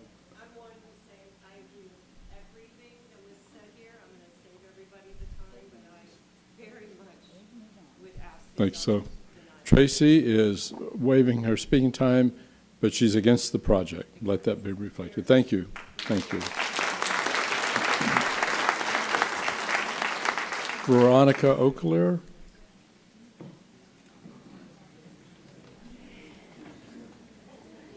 All right, before my time starts, just wanted to be clear, is it 30 minutes? Do we also get Sir rebuttal here? Yes, Okay. we give you the same as the presenter. You have no So rebuttal? Sir rebuttal? We give you 30 minutes. It's a that's the rebuttal same. to their rebuttal, is Yeah. what I was asking. That's common in, litigation work. Let's ask So- more. No. Okay, just wanted to be clear. I know every county is different, so I always double check every single time. So, well, good afternoon, or should I say good evening, commissioners. My name is Veronica Oakler. I'm here to represent the Sykes Cove Community Association. This entire community has come out in droves. So I can't say the entire. Many people are still working and couldn't physically be here. But over 3,000 signatures, that's something quite significant that I thought I should point out. I also wanted to acknowledge and recognize everyone who has come to speak here today. They've kind of stolen my thunder, so great job, everyone. Like they have covered a lot here today. I do want to give you a little bit of background about myself as well, because not all of you have met me. I am an environmental land use and real estate attorney. I have worked in both the real estate development side as well as standing up against real estate development at times. I've worked in state government for Department of Transportation. I've worked in the governor's office in their environmental and land use area. I have kind of seen all sides of this coin. I understand being in the government, you have to find a balance. It is a balancing act between all of these different interests. And that is a very difficult a difficult burden that you do have to carry. So I want to acknowledge that, and I know everyone here acknowledges that as well, even if we all have disagreements as to how best to do that job. I also want to acknowledge that, yes, the development team here has made efforts. They have made efforts based on some public feedback, and some efforts were based on things that they simply just did not know because they're not from this community. They're not local. A lot of work that comes into this is based off of on the ground, boots on the ground, knowing what's going on. And it's not simply doing a desk review. I'm very familiar with desk reviews. I'm an attorney. I'm at my desk most of the time. It's kind of the downside, so to speak. I don't get the exercise I'd like to get, but it's part of the work, right? The desk review is only one phase of the work. Getting out into the community, that's a very important phase. And as a land use attorney, this is something I often try to recommend to developers. Talk to me before you purchase the property. Talk to me before you start doing your market research analysis. We have experts that help you analyze whether this is a good business decision, whether this is the right property in the right project at the right time in the right location. There's a lot of right when it comes to this, and that's because, well, you've heard it from realtors, location, location, location, right? What it comes down to is if an individual or a company wants to do some kind of a development, they have to consider not just the local laws, but the impacts to the individuals in that area. And I believe that they did make quite a bit of effort when it comes to that. But there are a number of factors that were originally not really considered that our community had to raise to their attention or bring to their attention. And that was really important. And I think that's why we have this public comment process. In particular, I wanted to talk a little bit more about stormwater drainage and surface water impacts, but I didn't want to waste your time. I just want to drive home some of these points because we had a fantastic engineer, environmental engineer who came out here earlier and actually answered and stated a lot of things that I really wanted to point out. But I'm going to elaborate a little bit further. In my experience as an environmental real estate and land use attorney, in my experience working at DOT that has a lot of impervious surface, I had to deal with a number of environmental impact statements, environmental analysis, stormwater drainage capacity analyses. And I looked at it from not just an environmental perspective. Thankfully, my background included an ecology degree from the University of Florida. So I also understand the engineering and the science that goes behind it, not just we'll just call it the boring reading of the law, just the words. I can actually read these maps as well, and that's something that is very difficult for the average person to do sometimes when they're not involved in this on the day in and day out. So that's something that we often recommend when we're speaking with developers as land use attorneys. We say, hey, let me help you with your site plan before you start trying to do your rezoning, before you start making offers to a property owner to see if this is even feasible for you. I argue that this project is not feasible in this location. I think it's a great idea to build multifamily residential in the right place because we do have needs for housing in the right place. That is simply just not the case here. In particular, with regard to this property, it is currently vegetated with a mature tree canopy and natural ground cover. It provides infiltration into our groundwater. Right now, it absorbs water that lands on the surface of this property. And once it's built up, that no longer applies. That water washes away. This property currently also conveys pre-existing historical natural flows. That's actually a legal term, so I won't bore you with the details. It just essentially allows for water that is on the surface to flow, sheet flow, or whether it is through an actual river or creek. That is surface water movement. That surface water movement goes straight through this property, so that's going to have to be diverted and accounted for. That ends up in public stormwater facilities, not private.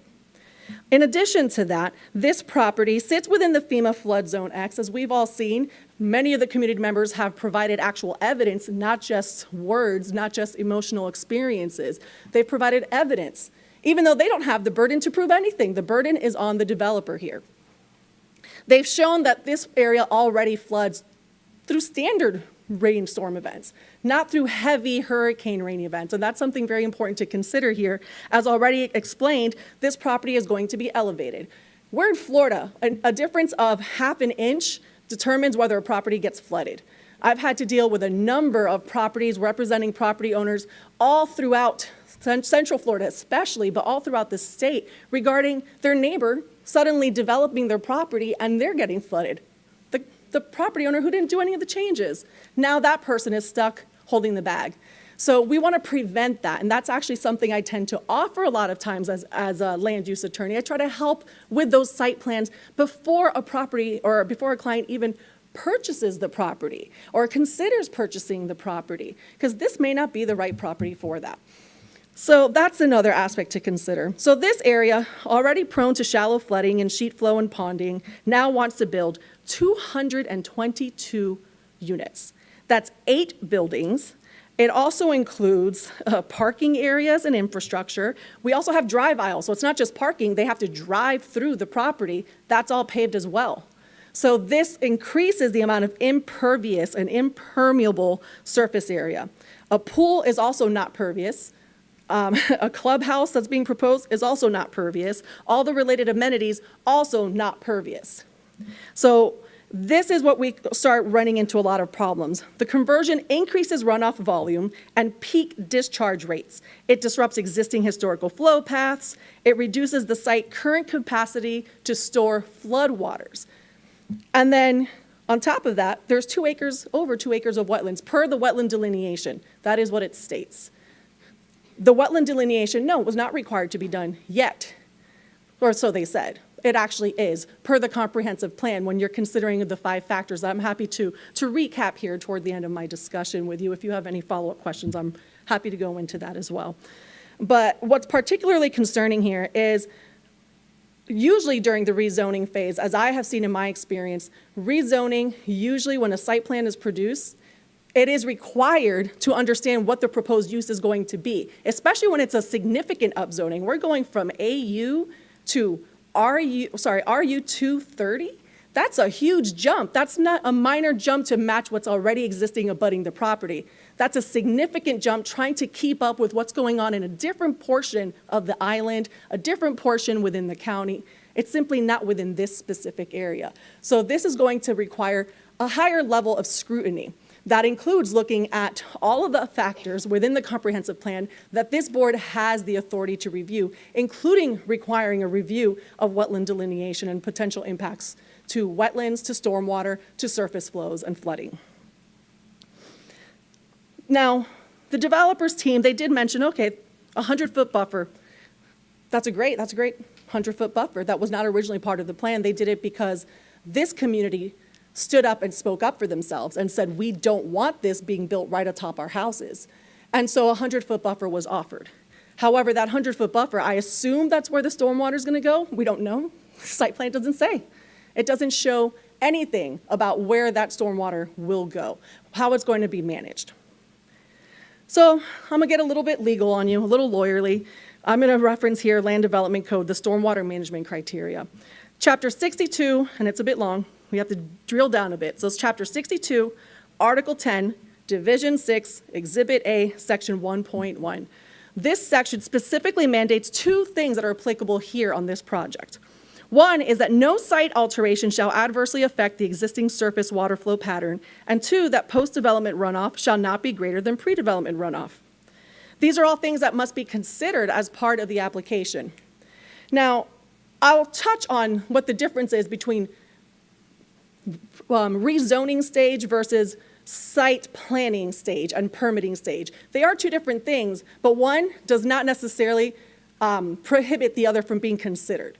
Site planning work is more specific and more detailed, but there still must be a preliminary information provided during the rezoning stage, and there's not been enough preliminary information provided to even make that decision in order to match all the requirements of those 5 factors. And I could drill down into those a little bit without getting too into the weeds.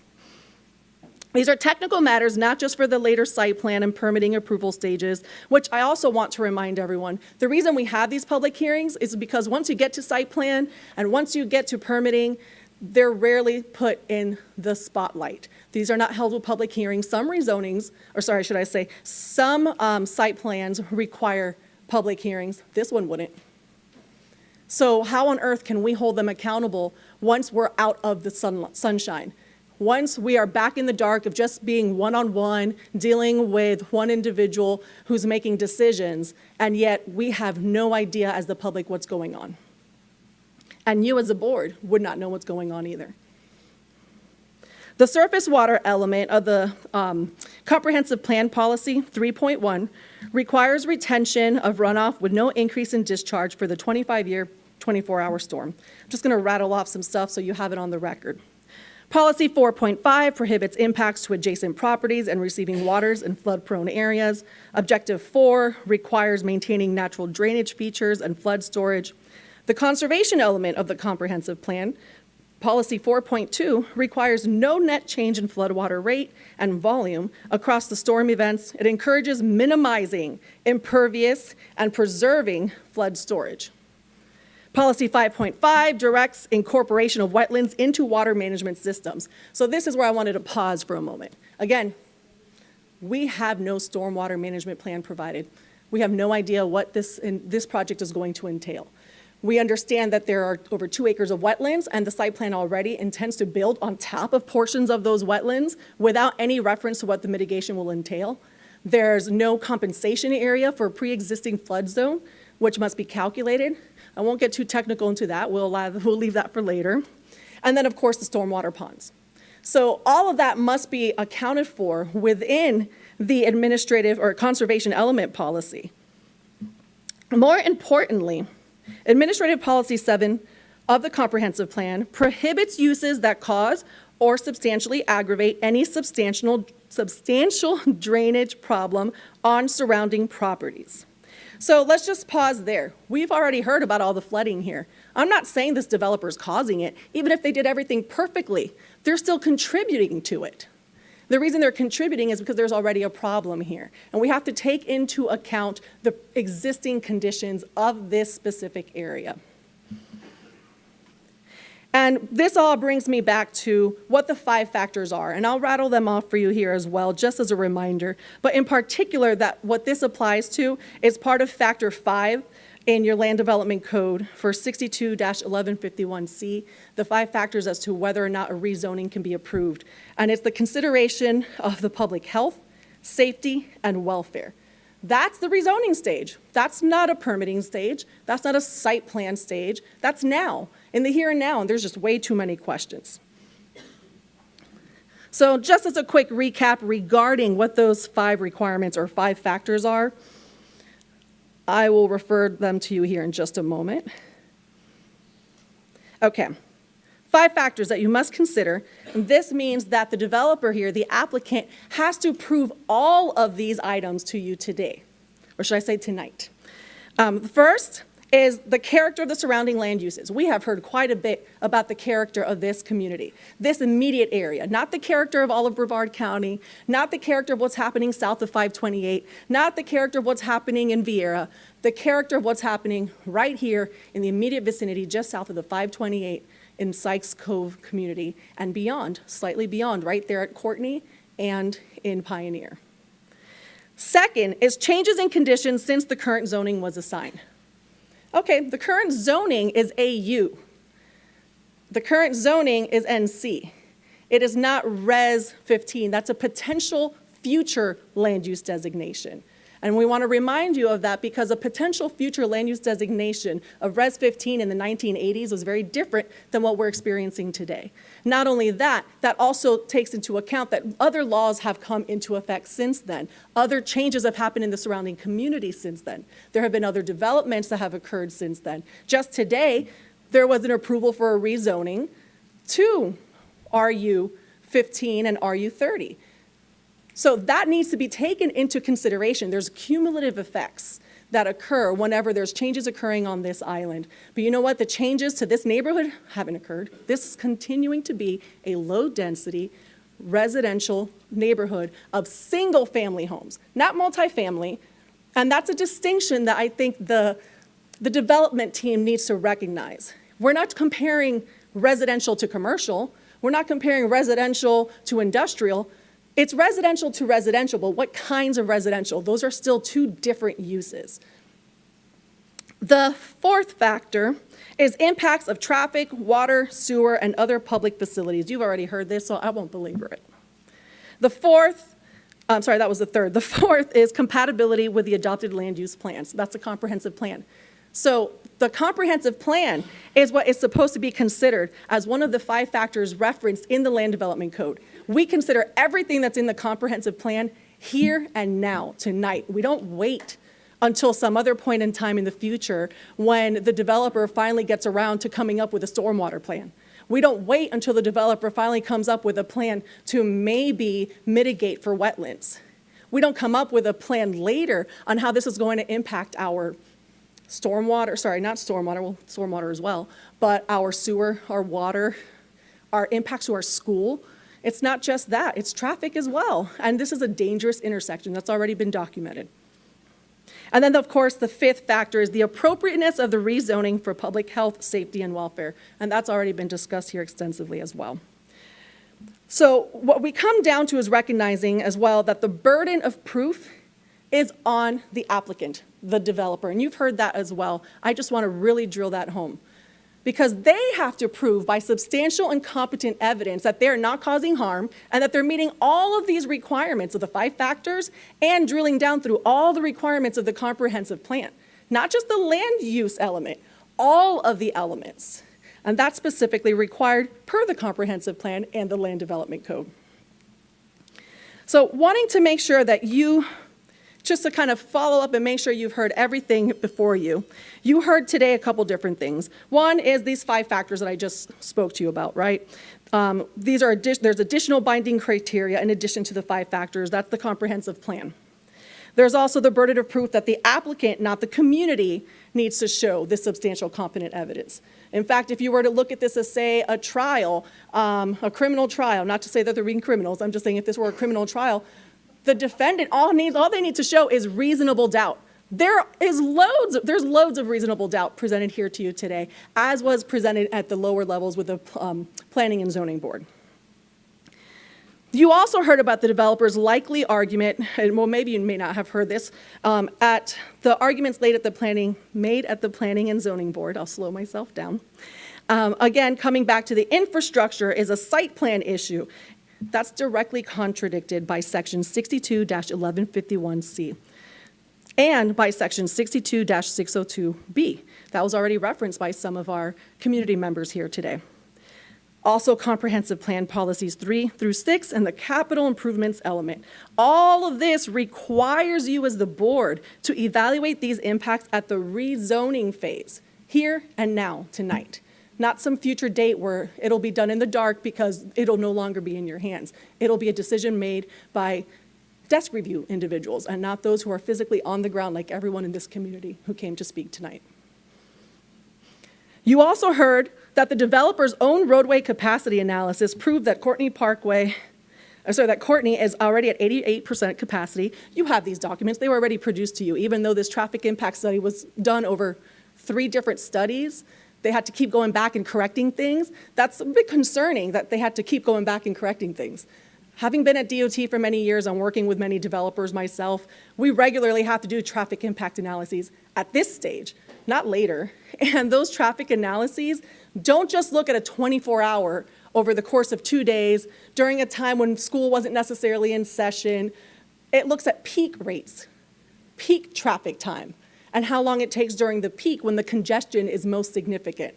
Again, it's already been raised that this community will bring in the typical 8 to 5 kind of families that are leaving to work generally en masse, arriving from work generally en masse, at the same time that school is arriving and leaving en masse, all at the same time at a roadway that has no more capacity available to it.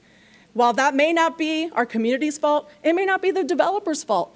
That is a factor they should have considered before considering this property, before wanting to go through this rezoning process and see, hey, is this even a possibility given the constraints of the existing roadway, the constraints of the utilities and infrastructure, the constraints of the school right here, so on and so forth. Those are all factors they should have considered and failed to do so.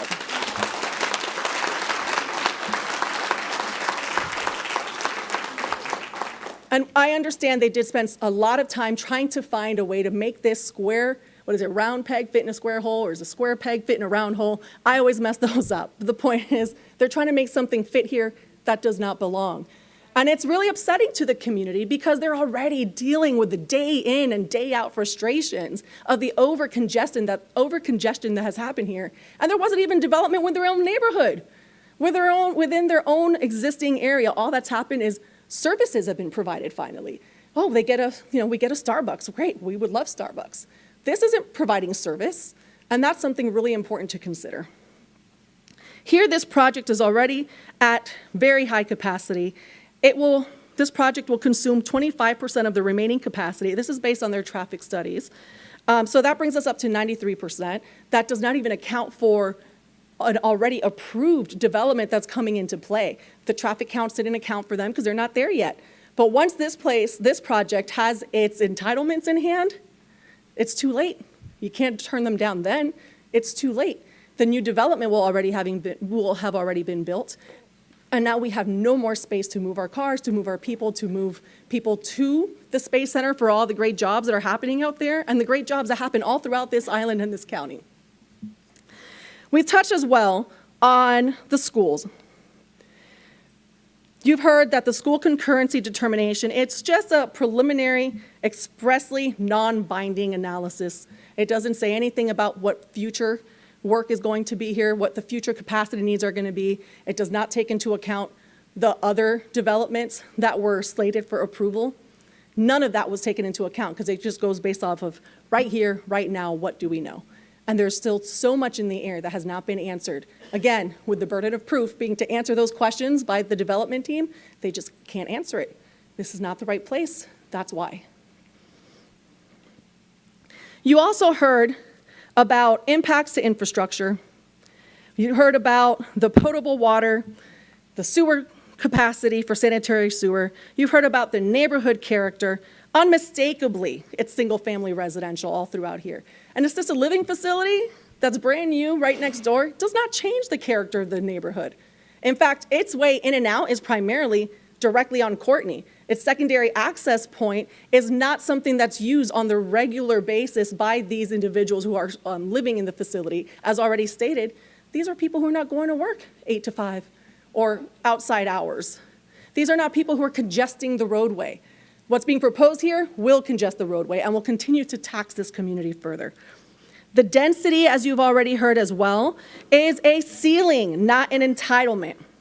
Policy 1.1 expressly allows this board to limit that density. And so I want you to be very clear, not only does the policy require it, it has been codified in your land development code as well. Wetlands, we've already discussed. You've already heard no net losses allowed here, and yet they're losing wetlands. How are we going to balance that interest? That hasn't been answered. It could at least be a few options that are being presented, and yet none have been presented at all. It's just been swept under the rug and ignore what's going on.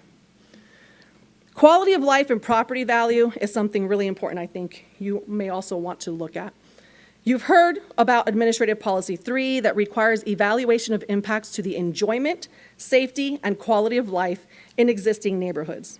This is part of the 5 factors. Once you drill down within the comprehensive plan, you have to understand what factor 3 looks into.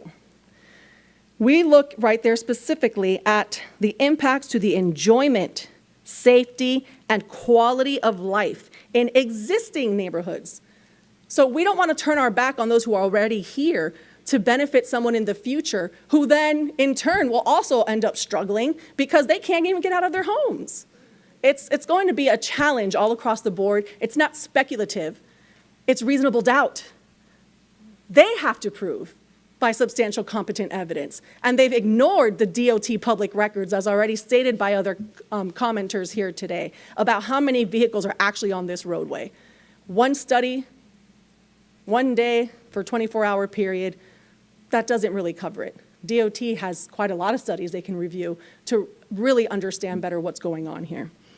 So at a minimum, I want you to also recognize, I mentioned the less intense classification.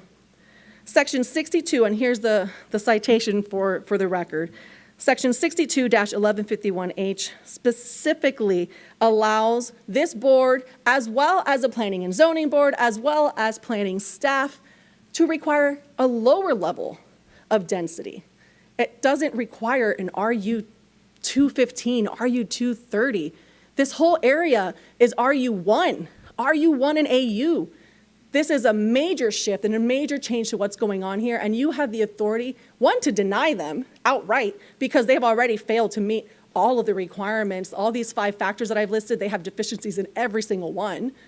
But on top of that, they have failed to answer a lot of the public's questions about how they can do a less dense option.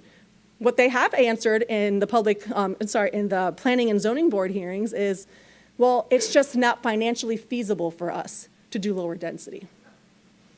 It's not financially feasible for who? For the developer who then leaves and walks away and doesn't have to deal with the problem, and the community does. The residents who move into these apartments have to deal with it too.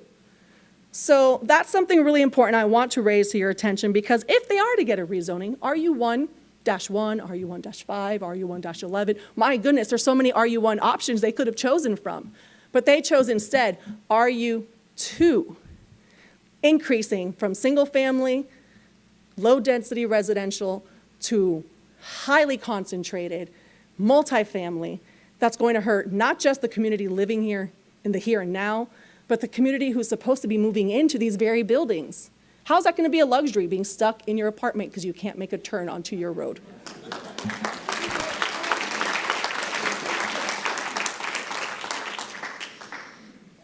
So in my last 2 minutes, I just wanted to drive home a few last items. Let's see. There's so much. I'm trying not to bog you down because there is just so much to pick at here.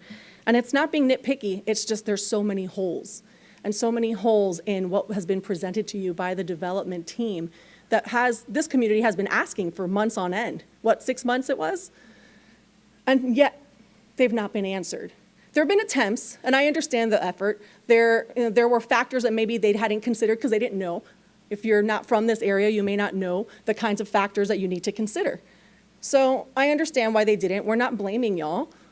But we also need to recognize that when we're looking at our comprehensive plan, we look at whether the proposed use would significantly diminish the enjoyment, safety, or quality of life in existing neighborhoods. We look at whether it would cause a material reduction in the value of abutting lands. They were previously told in the Planning and Zoning Commission, this community was told, well, you haven't been able to prove that your property value would go down. That's not their burden. The burden is on the developer, the applicant, to show that property values would actually go up.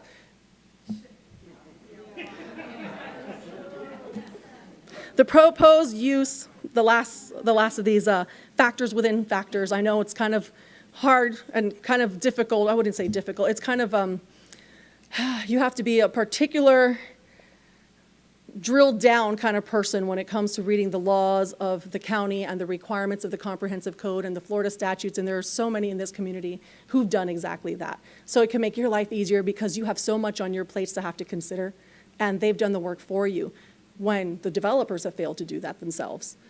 The proposed use must be consistent, not just with the emerging pattern, but the existing pattern. And in Florida, if I could finish, I just have 2 more minutes, I can finish this thought. In Florida, we are treating our zoning like first in time, first in right. That's the reality everywhere. Just because there were developments approved nearby within the last 3 years doesn't mean that we automatically have to approve every other development similarly to that. The reason it's a race when we're doing development in this state, and anywhere for that matter, is because at some point you just run out of room. You run out of capacity. We're on an island, and we just can't take any more. Thank you. Thank you.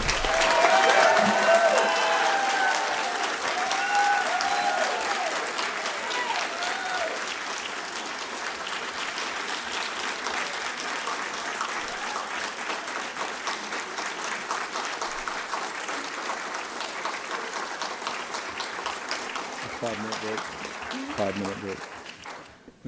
Okay, we're going to, 5-minute break, yeah, before. We'll take a 5-minute break before rebuttal.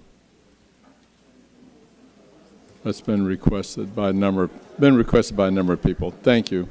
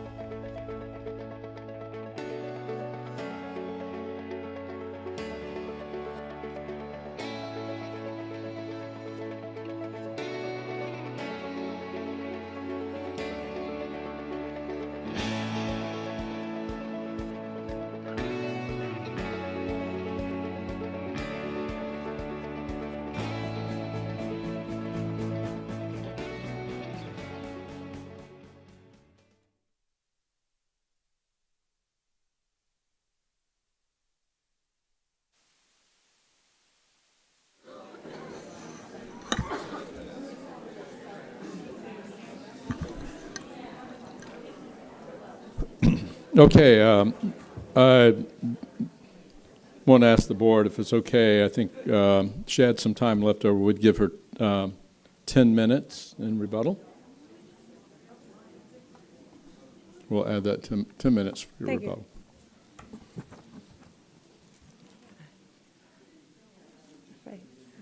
Thank you, Chairman Altman, members of the board. Mr. Goodson, are you still with us? Yes, ma'am. Great. So I'm not really sure what to do with that last argument by Ms. Oakler. In my opinion, she's misstated the law, both state and local.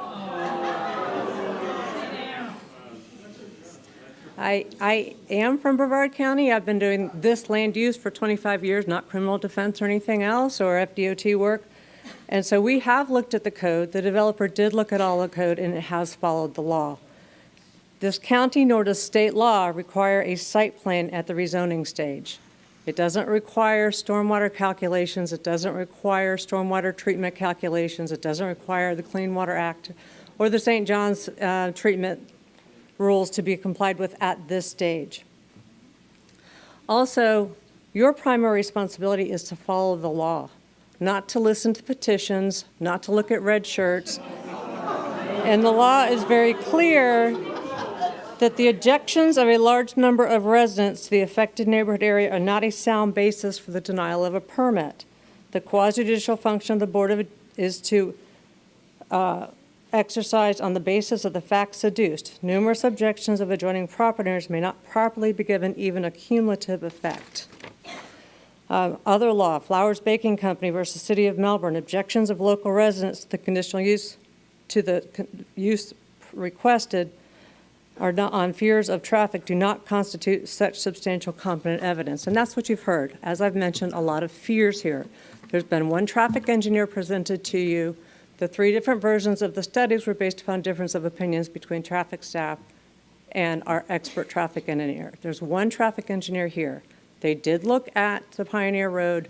They did look at standard reasons the way trips are distributed. No one here has given any competent substantial evidence in opposition, and your county staff has accepted that analysis. Should you have questions of the traffic engineer based upon what you heard, he's available to do that. I presented you a packet of information that was presented to P&Z and was left out of your packet. It deals with the concurrency evaluation procedures that has been discussed a couple of times today.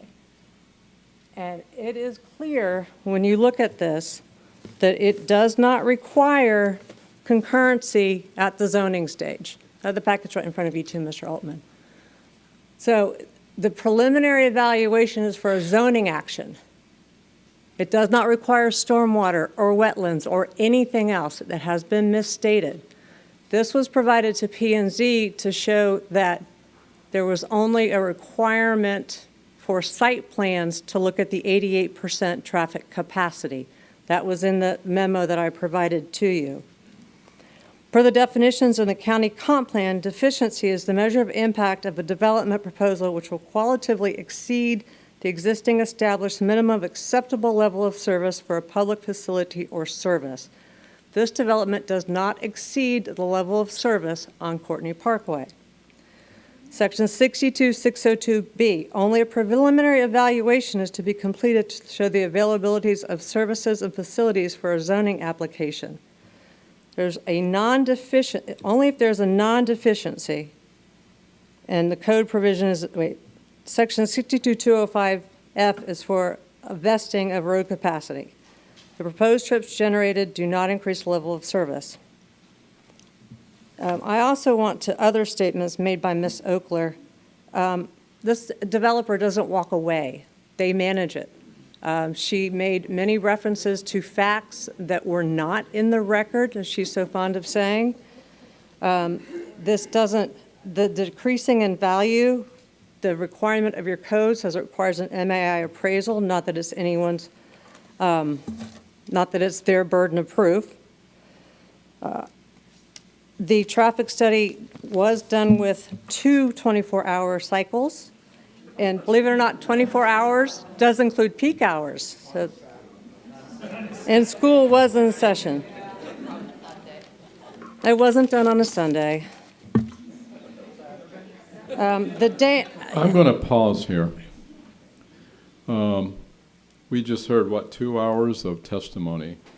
Never once did the applicant or their counsel interrupt anyone. They respectfully listened to your comments. I'd ask you to provide them the same respect and allow them to present their, because we stop the time every time she's interrupted. So it's only we're not going to allow this to take away from her right of rebuttal. So it just makes the evening go longer. But please, just offer the respect for the applicant. Thank you. As to the contention that this is a dangerous intersection, that is an opinion. The traffic study does not say it's a dangerous intersection. Your staff does not say it's a dangerous intersection. Again, these are unsubstantiated opinions that have no factual basis. They're anecdotal, sure, but they're fears, and they're catastrophizing, and there's nothing in the record to support what they're saying because they don't have an expert traffic engineer here. We have spoken, school concurrency, that's in the record. The staff report says there's no issue with school concurrency, and if you look at the report, in the year 2029, 2030, there's 217 extra elementary seats of capacity at Lewis Carroll, so that is not an issue. Also, sewer is not an issue. There's a letter in your packet from Victoria Benavides. She's with Brevard County Utility Services, said that she misspoke at P&Z and wants to correct her statement that Sykes Creek plant does have capacity. I do want to talk about Myra. And Myra's report, as I said, they denied it based on too much density in the area, no facts, no reasons to support that, and that additional information would be needed. Myra's staff, on the other hand, thinks this is a great idea, is needed, and this is the right place for it. We have spoken to Brevard County Sheriff's Office, and it has advised that the issue with Lewis Carroll is that most students are driven and the parents arrive long before pickup time and park in the right-of-way of Lewis Carroll. They've tried to enforce it. The people just ride around the block. The school district is adding a lane to the drop-off lane for the next school year, and BCSO believes it will be beneficial. We have offered to assist in any way, including adding an additional loop to the back of Lewis Carroll because there's 3 acres of non-used land at the east side of Lewis Carroll. This property has never been developed, which is an indication that the current allowed commercial uses or any ag uses is not appropriate. It's been vacant. There's a need for housing. The property must be rezoned so it can be utilized. AU is not appropriate in a commercial mixed-use area, as your staff report has said. It is more of a holding category for the property. This is not good for raising and grazing of animals. According to Planning Manager Gilliam, because there's a BSP on the property, it wouldn't be able to be used for residential. There are options for this property. The medical office hospital, which is a huge traffic generator. ACH is looking for a place for a freestanding ER in central Brevard County. Parrish has indicated an interest to compete with Health First. They've even looked at the old Cape Canaveral Hospital. If this is denied, they have no option but to do something because the property can't be used for anything other than medical office, and that's not going to happen. It hasn't happened since 1986. We do intend to appeal the county planning manager's opinion of Live Local Act because this is approved for a commercial use. Does not say commercial zoning in the Live Local Act. Mr. Altman knows the exact intent of the Live Local Act because he was in the State House when this was adopted. It is to stop this kind of failure to properly prove zoning for residential uses when this is appropriate for zoning for residential uses. There's been a lot made about the commercial. The area is residential. The area that's residential is here and here. This property has 4 sides. That's 1.5 sides. This area is commercial. There is no residential on Courtney as stated north of Skyline to State Road 528. So single-family residential does not belong in this site, and that, again, is shown by the future land use, not a potential future land use map, but a real land use map that says this is residential 15 and neighborhood commercial. This is very much akin to the Snyder lawsuit. Mr. Altman, I know you're very involved with that. You were on this commission when Snyder versus Brevard County went to the Fifth District Court of Appeal. That opinion from the Fifth District Court of Appeal says, in Florida, the greater value of land is its potential use value, not its intrinsic value. This is especially true of vacant land. In a society which recognizes the right of a private citizen to own property, the citizen owner has the right to make use of the privately owned property as the citizen owner desires, subject only to the limitations that private property cannot be used in a manner that encroaches upon the rights of other citizens. This is a self-contained, private use apartment complex that to go out of this property, if you're going north, you're going onto Courtney, you're not going through their neighborhood. That makes absolutely no sense. And this was evaluated in the traffic study, which apparently no one read. So we would ask that you approve this rezoning. We have met the burden of proof. We have met the comp plan, and specifically the private property rights element of the comp plan. Thank you. Thank you. Thank you. Okay, that was our last speaker. We will bring the request now to the board. Are there any questions or comments from the board?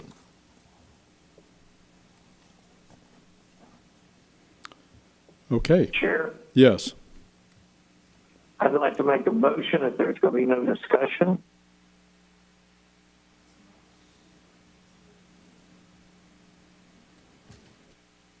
I'd like to make a motion if there's going to be no discussion.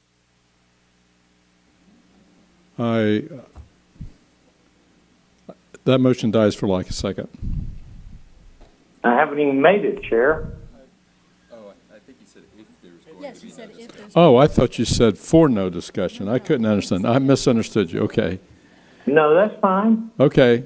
You would like to make a motion. Okay. You're welcome to make a motion. Okay. Okay. I'd like to make a motion to deny the development because it's not compatible with the area, and I'd like to instruct staff to do a findings of fact. Okay. Is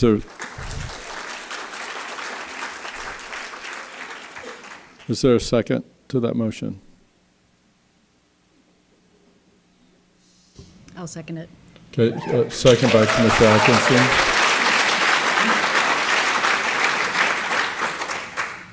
Okay, there's a motion and a second for denial of the applicant and staff to state a finding of fact. I'd like to recognize staff to.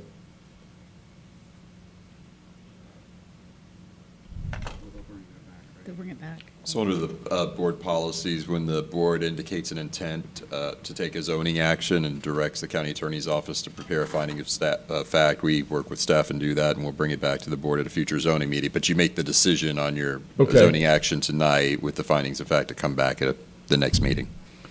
So we will vote on the motion to denial. Staff will take the issue, have a finding of fact that gives us time to review, and then vote at a future meeting.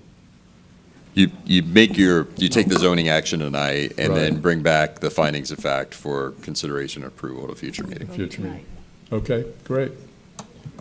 Any questions? I do have a question. Is that meeting where we either accept or deny the finding of fact, or I assume we have the ability to amend, is that a public meeting? Is that advertised? Yes. It's not advertised as a public hearing like this one. It's at a public meeting of the Board of County Commissioners. Please let our attorney. Let him. It's at a public meeting, but it's not a public hearing. Right, like a But it's at zoning a public hearing. meeting. Okay. I just wanted to It's find- usually on the consent agenda. Okay. But it's a future commission meeting, right? Yes. Yeah, right, and they're typically on consent. But we could talk about it too. I mean, we could remove it, consent talk. Absolutely, 100%. Just trying to make sure we get the procedure right. I think we recently, Mr. Chair, sorry, I think we recently pulled a finding of fact off consent and discussed it and then passed it. Right. So that's happened. I'm sorry? I think, yeah, I think we just went through that, just. Okay, all right, great, thank you. Okay, is there any debate or comment on the motion? Seeing no debate, I call the question. All in favor say aye. Aye. No. Aye.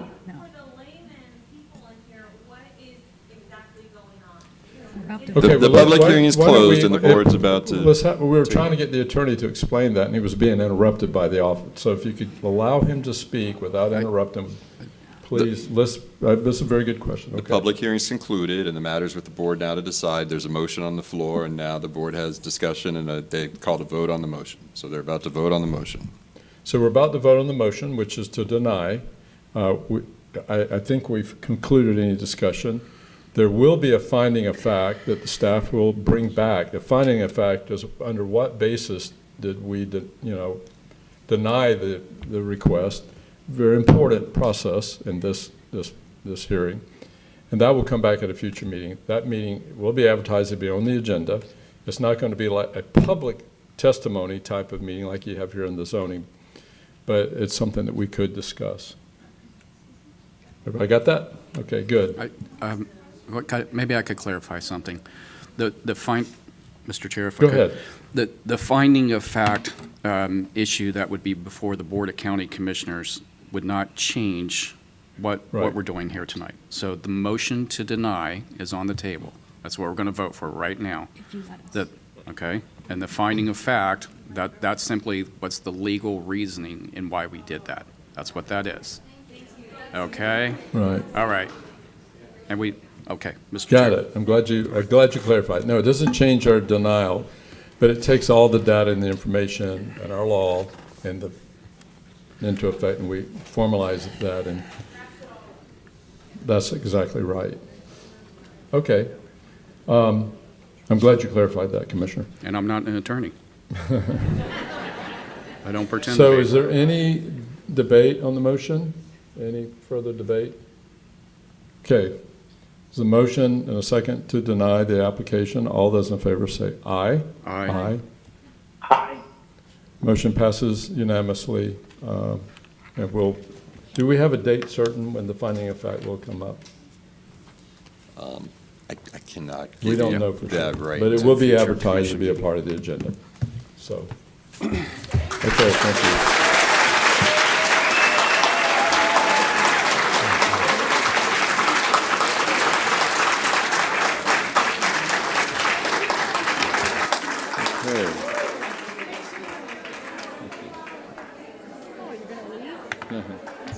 We'll give everyone time to clear out. I was going to go down and tell him, give him a little piece of my mind. Who's that? The fact that it's not my fault.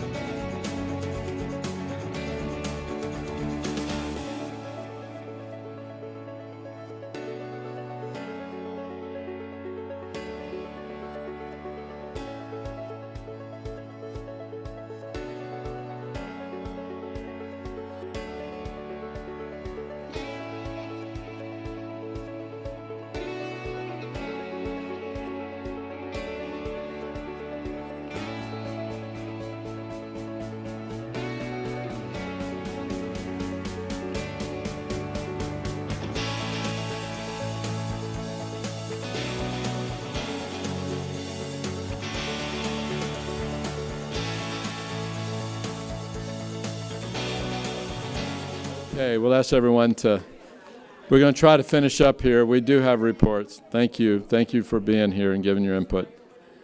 Okay, we will move on to, we have no unfinished business, I don't believe. We have no new business. We have, do we have any public comment cards for the second? We do not. Board reports, county manager. No report, Mr. Chair. Okay, county attorney. I have no report, Mr. Chair. No report. District 1, no report. No report from District 2. Report District 3. Just very quickly, I wanted to thank Pastors Amanda and Mark Miller from the Victory in Christ Jesus Church today for their day of prayer. It was fantastic. So I just wanted to make sure that they were acknowledged and that we all know today was a national day of prayer. Thank you so much for that. Rob Feltner, District 4. No report. And Commissioner Atkinson, I'm glad you brought that up. I was able to attend the ceremony at the Cape for the National Day of Prayer. It was awesome.